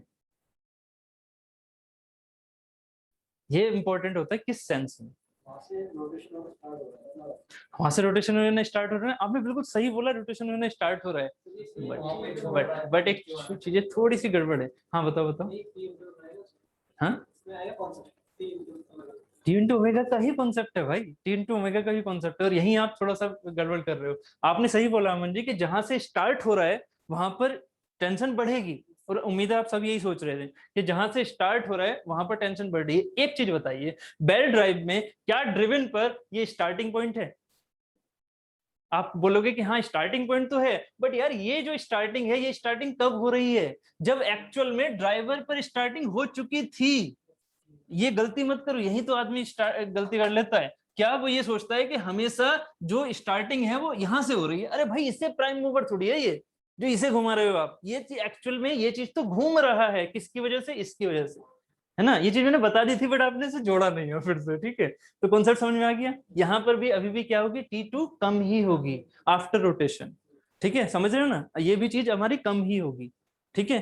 क्यों? क्योंकि ये चीज तो स्लैक हो जाएगी। अगर आप थोड़ा सा इमेजिनेशन करोगे ना, तो अगर ये चीज ना घूमे तो ये चीज क्या हो जाएगी आफ्टर ये, इसे घुमाने के बाद ये ना घूमे, ऐसा सोचो, ये स्लिप कर जाए, पूरा स्लिप। मतलब यहाँ पर आपने कुछ फ्लूइड लगा दिया, अब आप सोचो अगर इसे घुमाओगे तो बेल्ट कैसी जाएगी? एकदम स्लैक, स्लैक हो जाएगी, यहाँ की तरफ टाइट होगी, नीचे की तरफ टाइट होगी, इधर की तरफ स्लैक हो जाएगी, ठीक है। और अगर इसमें ग्रिप है, ग्रिप मतलब यहाँ पर फ्रिक्शन है, तो क्या होगा, ये चीज इसकी वजह से घूमेगी अब, ठीक है। तो ये जो बेल्ट है ना, ये बेल्ट इसकी वजह से नहीं घूम रही है, बेल्ट की वजह से ये पुली घूम रही है। यहाँ उल्टा सोच रहे थे आप ये सोच रहे थे कि आप पुली से बेल्ट घुमा रहे हो, बस यही गलती हो जाती है। यहाँ बेल्ट से पुली घूम रही है, इसलिए यहाँ पर भी टेंशन डिक्रीज होगी, क्योंकि जब आप रोटेशन दे दोगे तो स्लैक हो जाएगी, स्लैक हो जाएगी, टेंशन बढ़ेगी नहीं, टेंशन कम होगी। समझ रहे हो? जो आपका स्टार्टिंग, जो आपका एक तरह से इनिशिएशन है, वो इस बेल्ट की वजह से हो रहा है। बेल्ट में जितनी टाइटनेस उतनी ज्यादा टेंशन, बेल्ट में टाइटनेस कम हो गई, क्यों हो गई? क्योंकि ये वाली चीज कम हो गई थी, है ना। इस वजह से ये चीज क्या करेगी, कम प्रोड्यूस होगी। तो यहाँ पर क्या है, अगर ये चीज ऐसे घूम रही है तो यहाँ पर T2 अभी भी कम होगा और यहाँ T1 ज्यादा होगा। बात क्लियर हो गई? कॉन्सेप्ट समझ में आ गया? ठीक। हाँ, तब ये चीज उल्टी हो जाएगी, है ना, तब ये चीज उल्टी हो जाएगी, प्राइम मूवर वो होगा तो तब ये चीज क्या होगी, ऐसे घुमाते हुए T2 बड़ा होगा, है ना, T1 छोटा होगा। बट वो चीज हम लेते नहीं है, क्यों नहीं लेते अभी समझा रहा हूँ। पहले ये वाली चीज क्लियर हो गई, दोनों फ्री बॉडी डायग्राम एकदम क्लियर, लिखवाने की जरूरत है क्या? क्योंकि चीजें देखो इंपॉर्टेंट हैं, बस भूलना मत, है ना, ये चीजें इंपॉर्टेंट है, भूलना मत। मैंने इनकी वर्डिंग थोड़ी थोड़ी लिखवाई हुई है, ऐसी बात नहीं है, थोड़ी थोड़ी लिखवाई हुई है, कहाँ लिखवाई हुई है वो देखना पड़ेगा, ठीक है। ये रही, tight side is the portion of the belt which is leaving the driven pulley, ठीक है, लीविंग द ड्रिवन पुली, ठीक है, और which is entering the driver pulley, ठीक है, which is entering the driver pulley. आपको ये चीज याद रहती है, आपको ये चीज याद नहीं रहती, बस यही गलती कर देते हो। ये चीज याद रहती है आपको, एंटरिंग द ड्राइवर पुली, है ना, बट ये चीज ड्रिवन पुली को लीव करने वाला भी टाइट साइड होता है। क्योंकि ड्रिवन पुली को लीव करने का मतलब क्या है, कि आप बेल्ट से ड्रिवन पुली चला रहे हो, ना कि ड्रिवन पुली से बेल्ट चल रही है, ऐसा नहीं है, ड्रिवन पुली को बेल्ट के थ्रू चला रहे हो। इसलिए यहां पर leaving the driven pulley is the tight side and entering the driven pulley is the slack side. बात क्लियर है ना? ठीक, कॉन्सेप्ट सही है, ठीक है। उसके बाद ये भी कुछ टर्मिनोलॉजी है जो उसी से रिलेट कर रही है। Tight and slack side depends on the direction of the rotation, ठीक है, of the pulleys and position of the driver and driven pulleys. अभी मैं बताता हूँ store. Always the belt drive should be designed in such A way that the bottom side, ये वाला important point है, that the bottom side of the belt should be the tight side so that maximum power transmission is obtained, ठीक है। ये चीज समझते हैं ऐसे। यहाँ पर most possible arrangement, most possible arrangement क्या हो सकते हैं बेल्ट ड्राइव की, ठीक है, क्या हो सकते हैं, इनमें से कौन सी चीजें सही हो सकती हैं, ये बताइएगा। ये है बेल्ट, मैंने इसके ऊपर ये लगा दी ऐसे, दिस इज द ड्राइवर, मैंने इसे ड्राइवर बोला, ऐसे लेके गया, ठीक है, ड्राइवर और ऐसे लेके गया, ठीक है, ये सही है या नहीं है ये बताइएगा। ये फर्स्ट होगी। सेकंड है, ये ड्रिवन हो जाएगा, ठीक है, सेकंड है,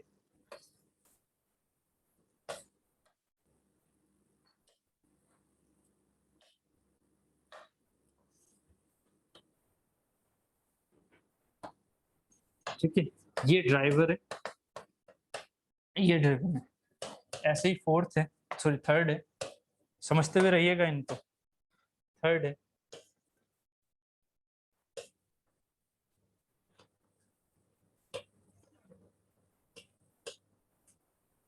फोर्थ है,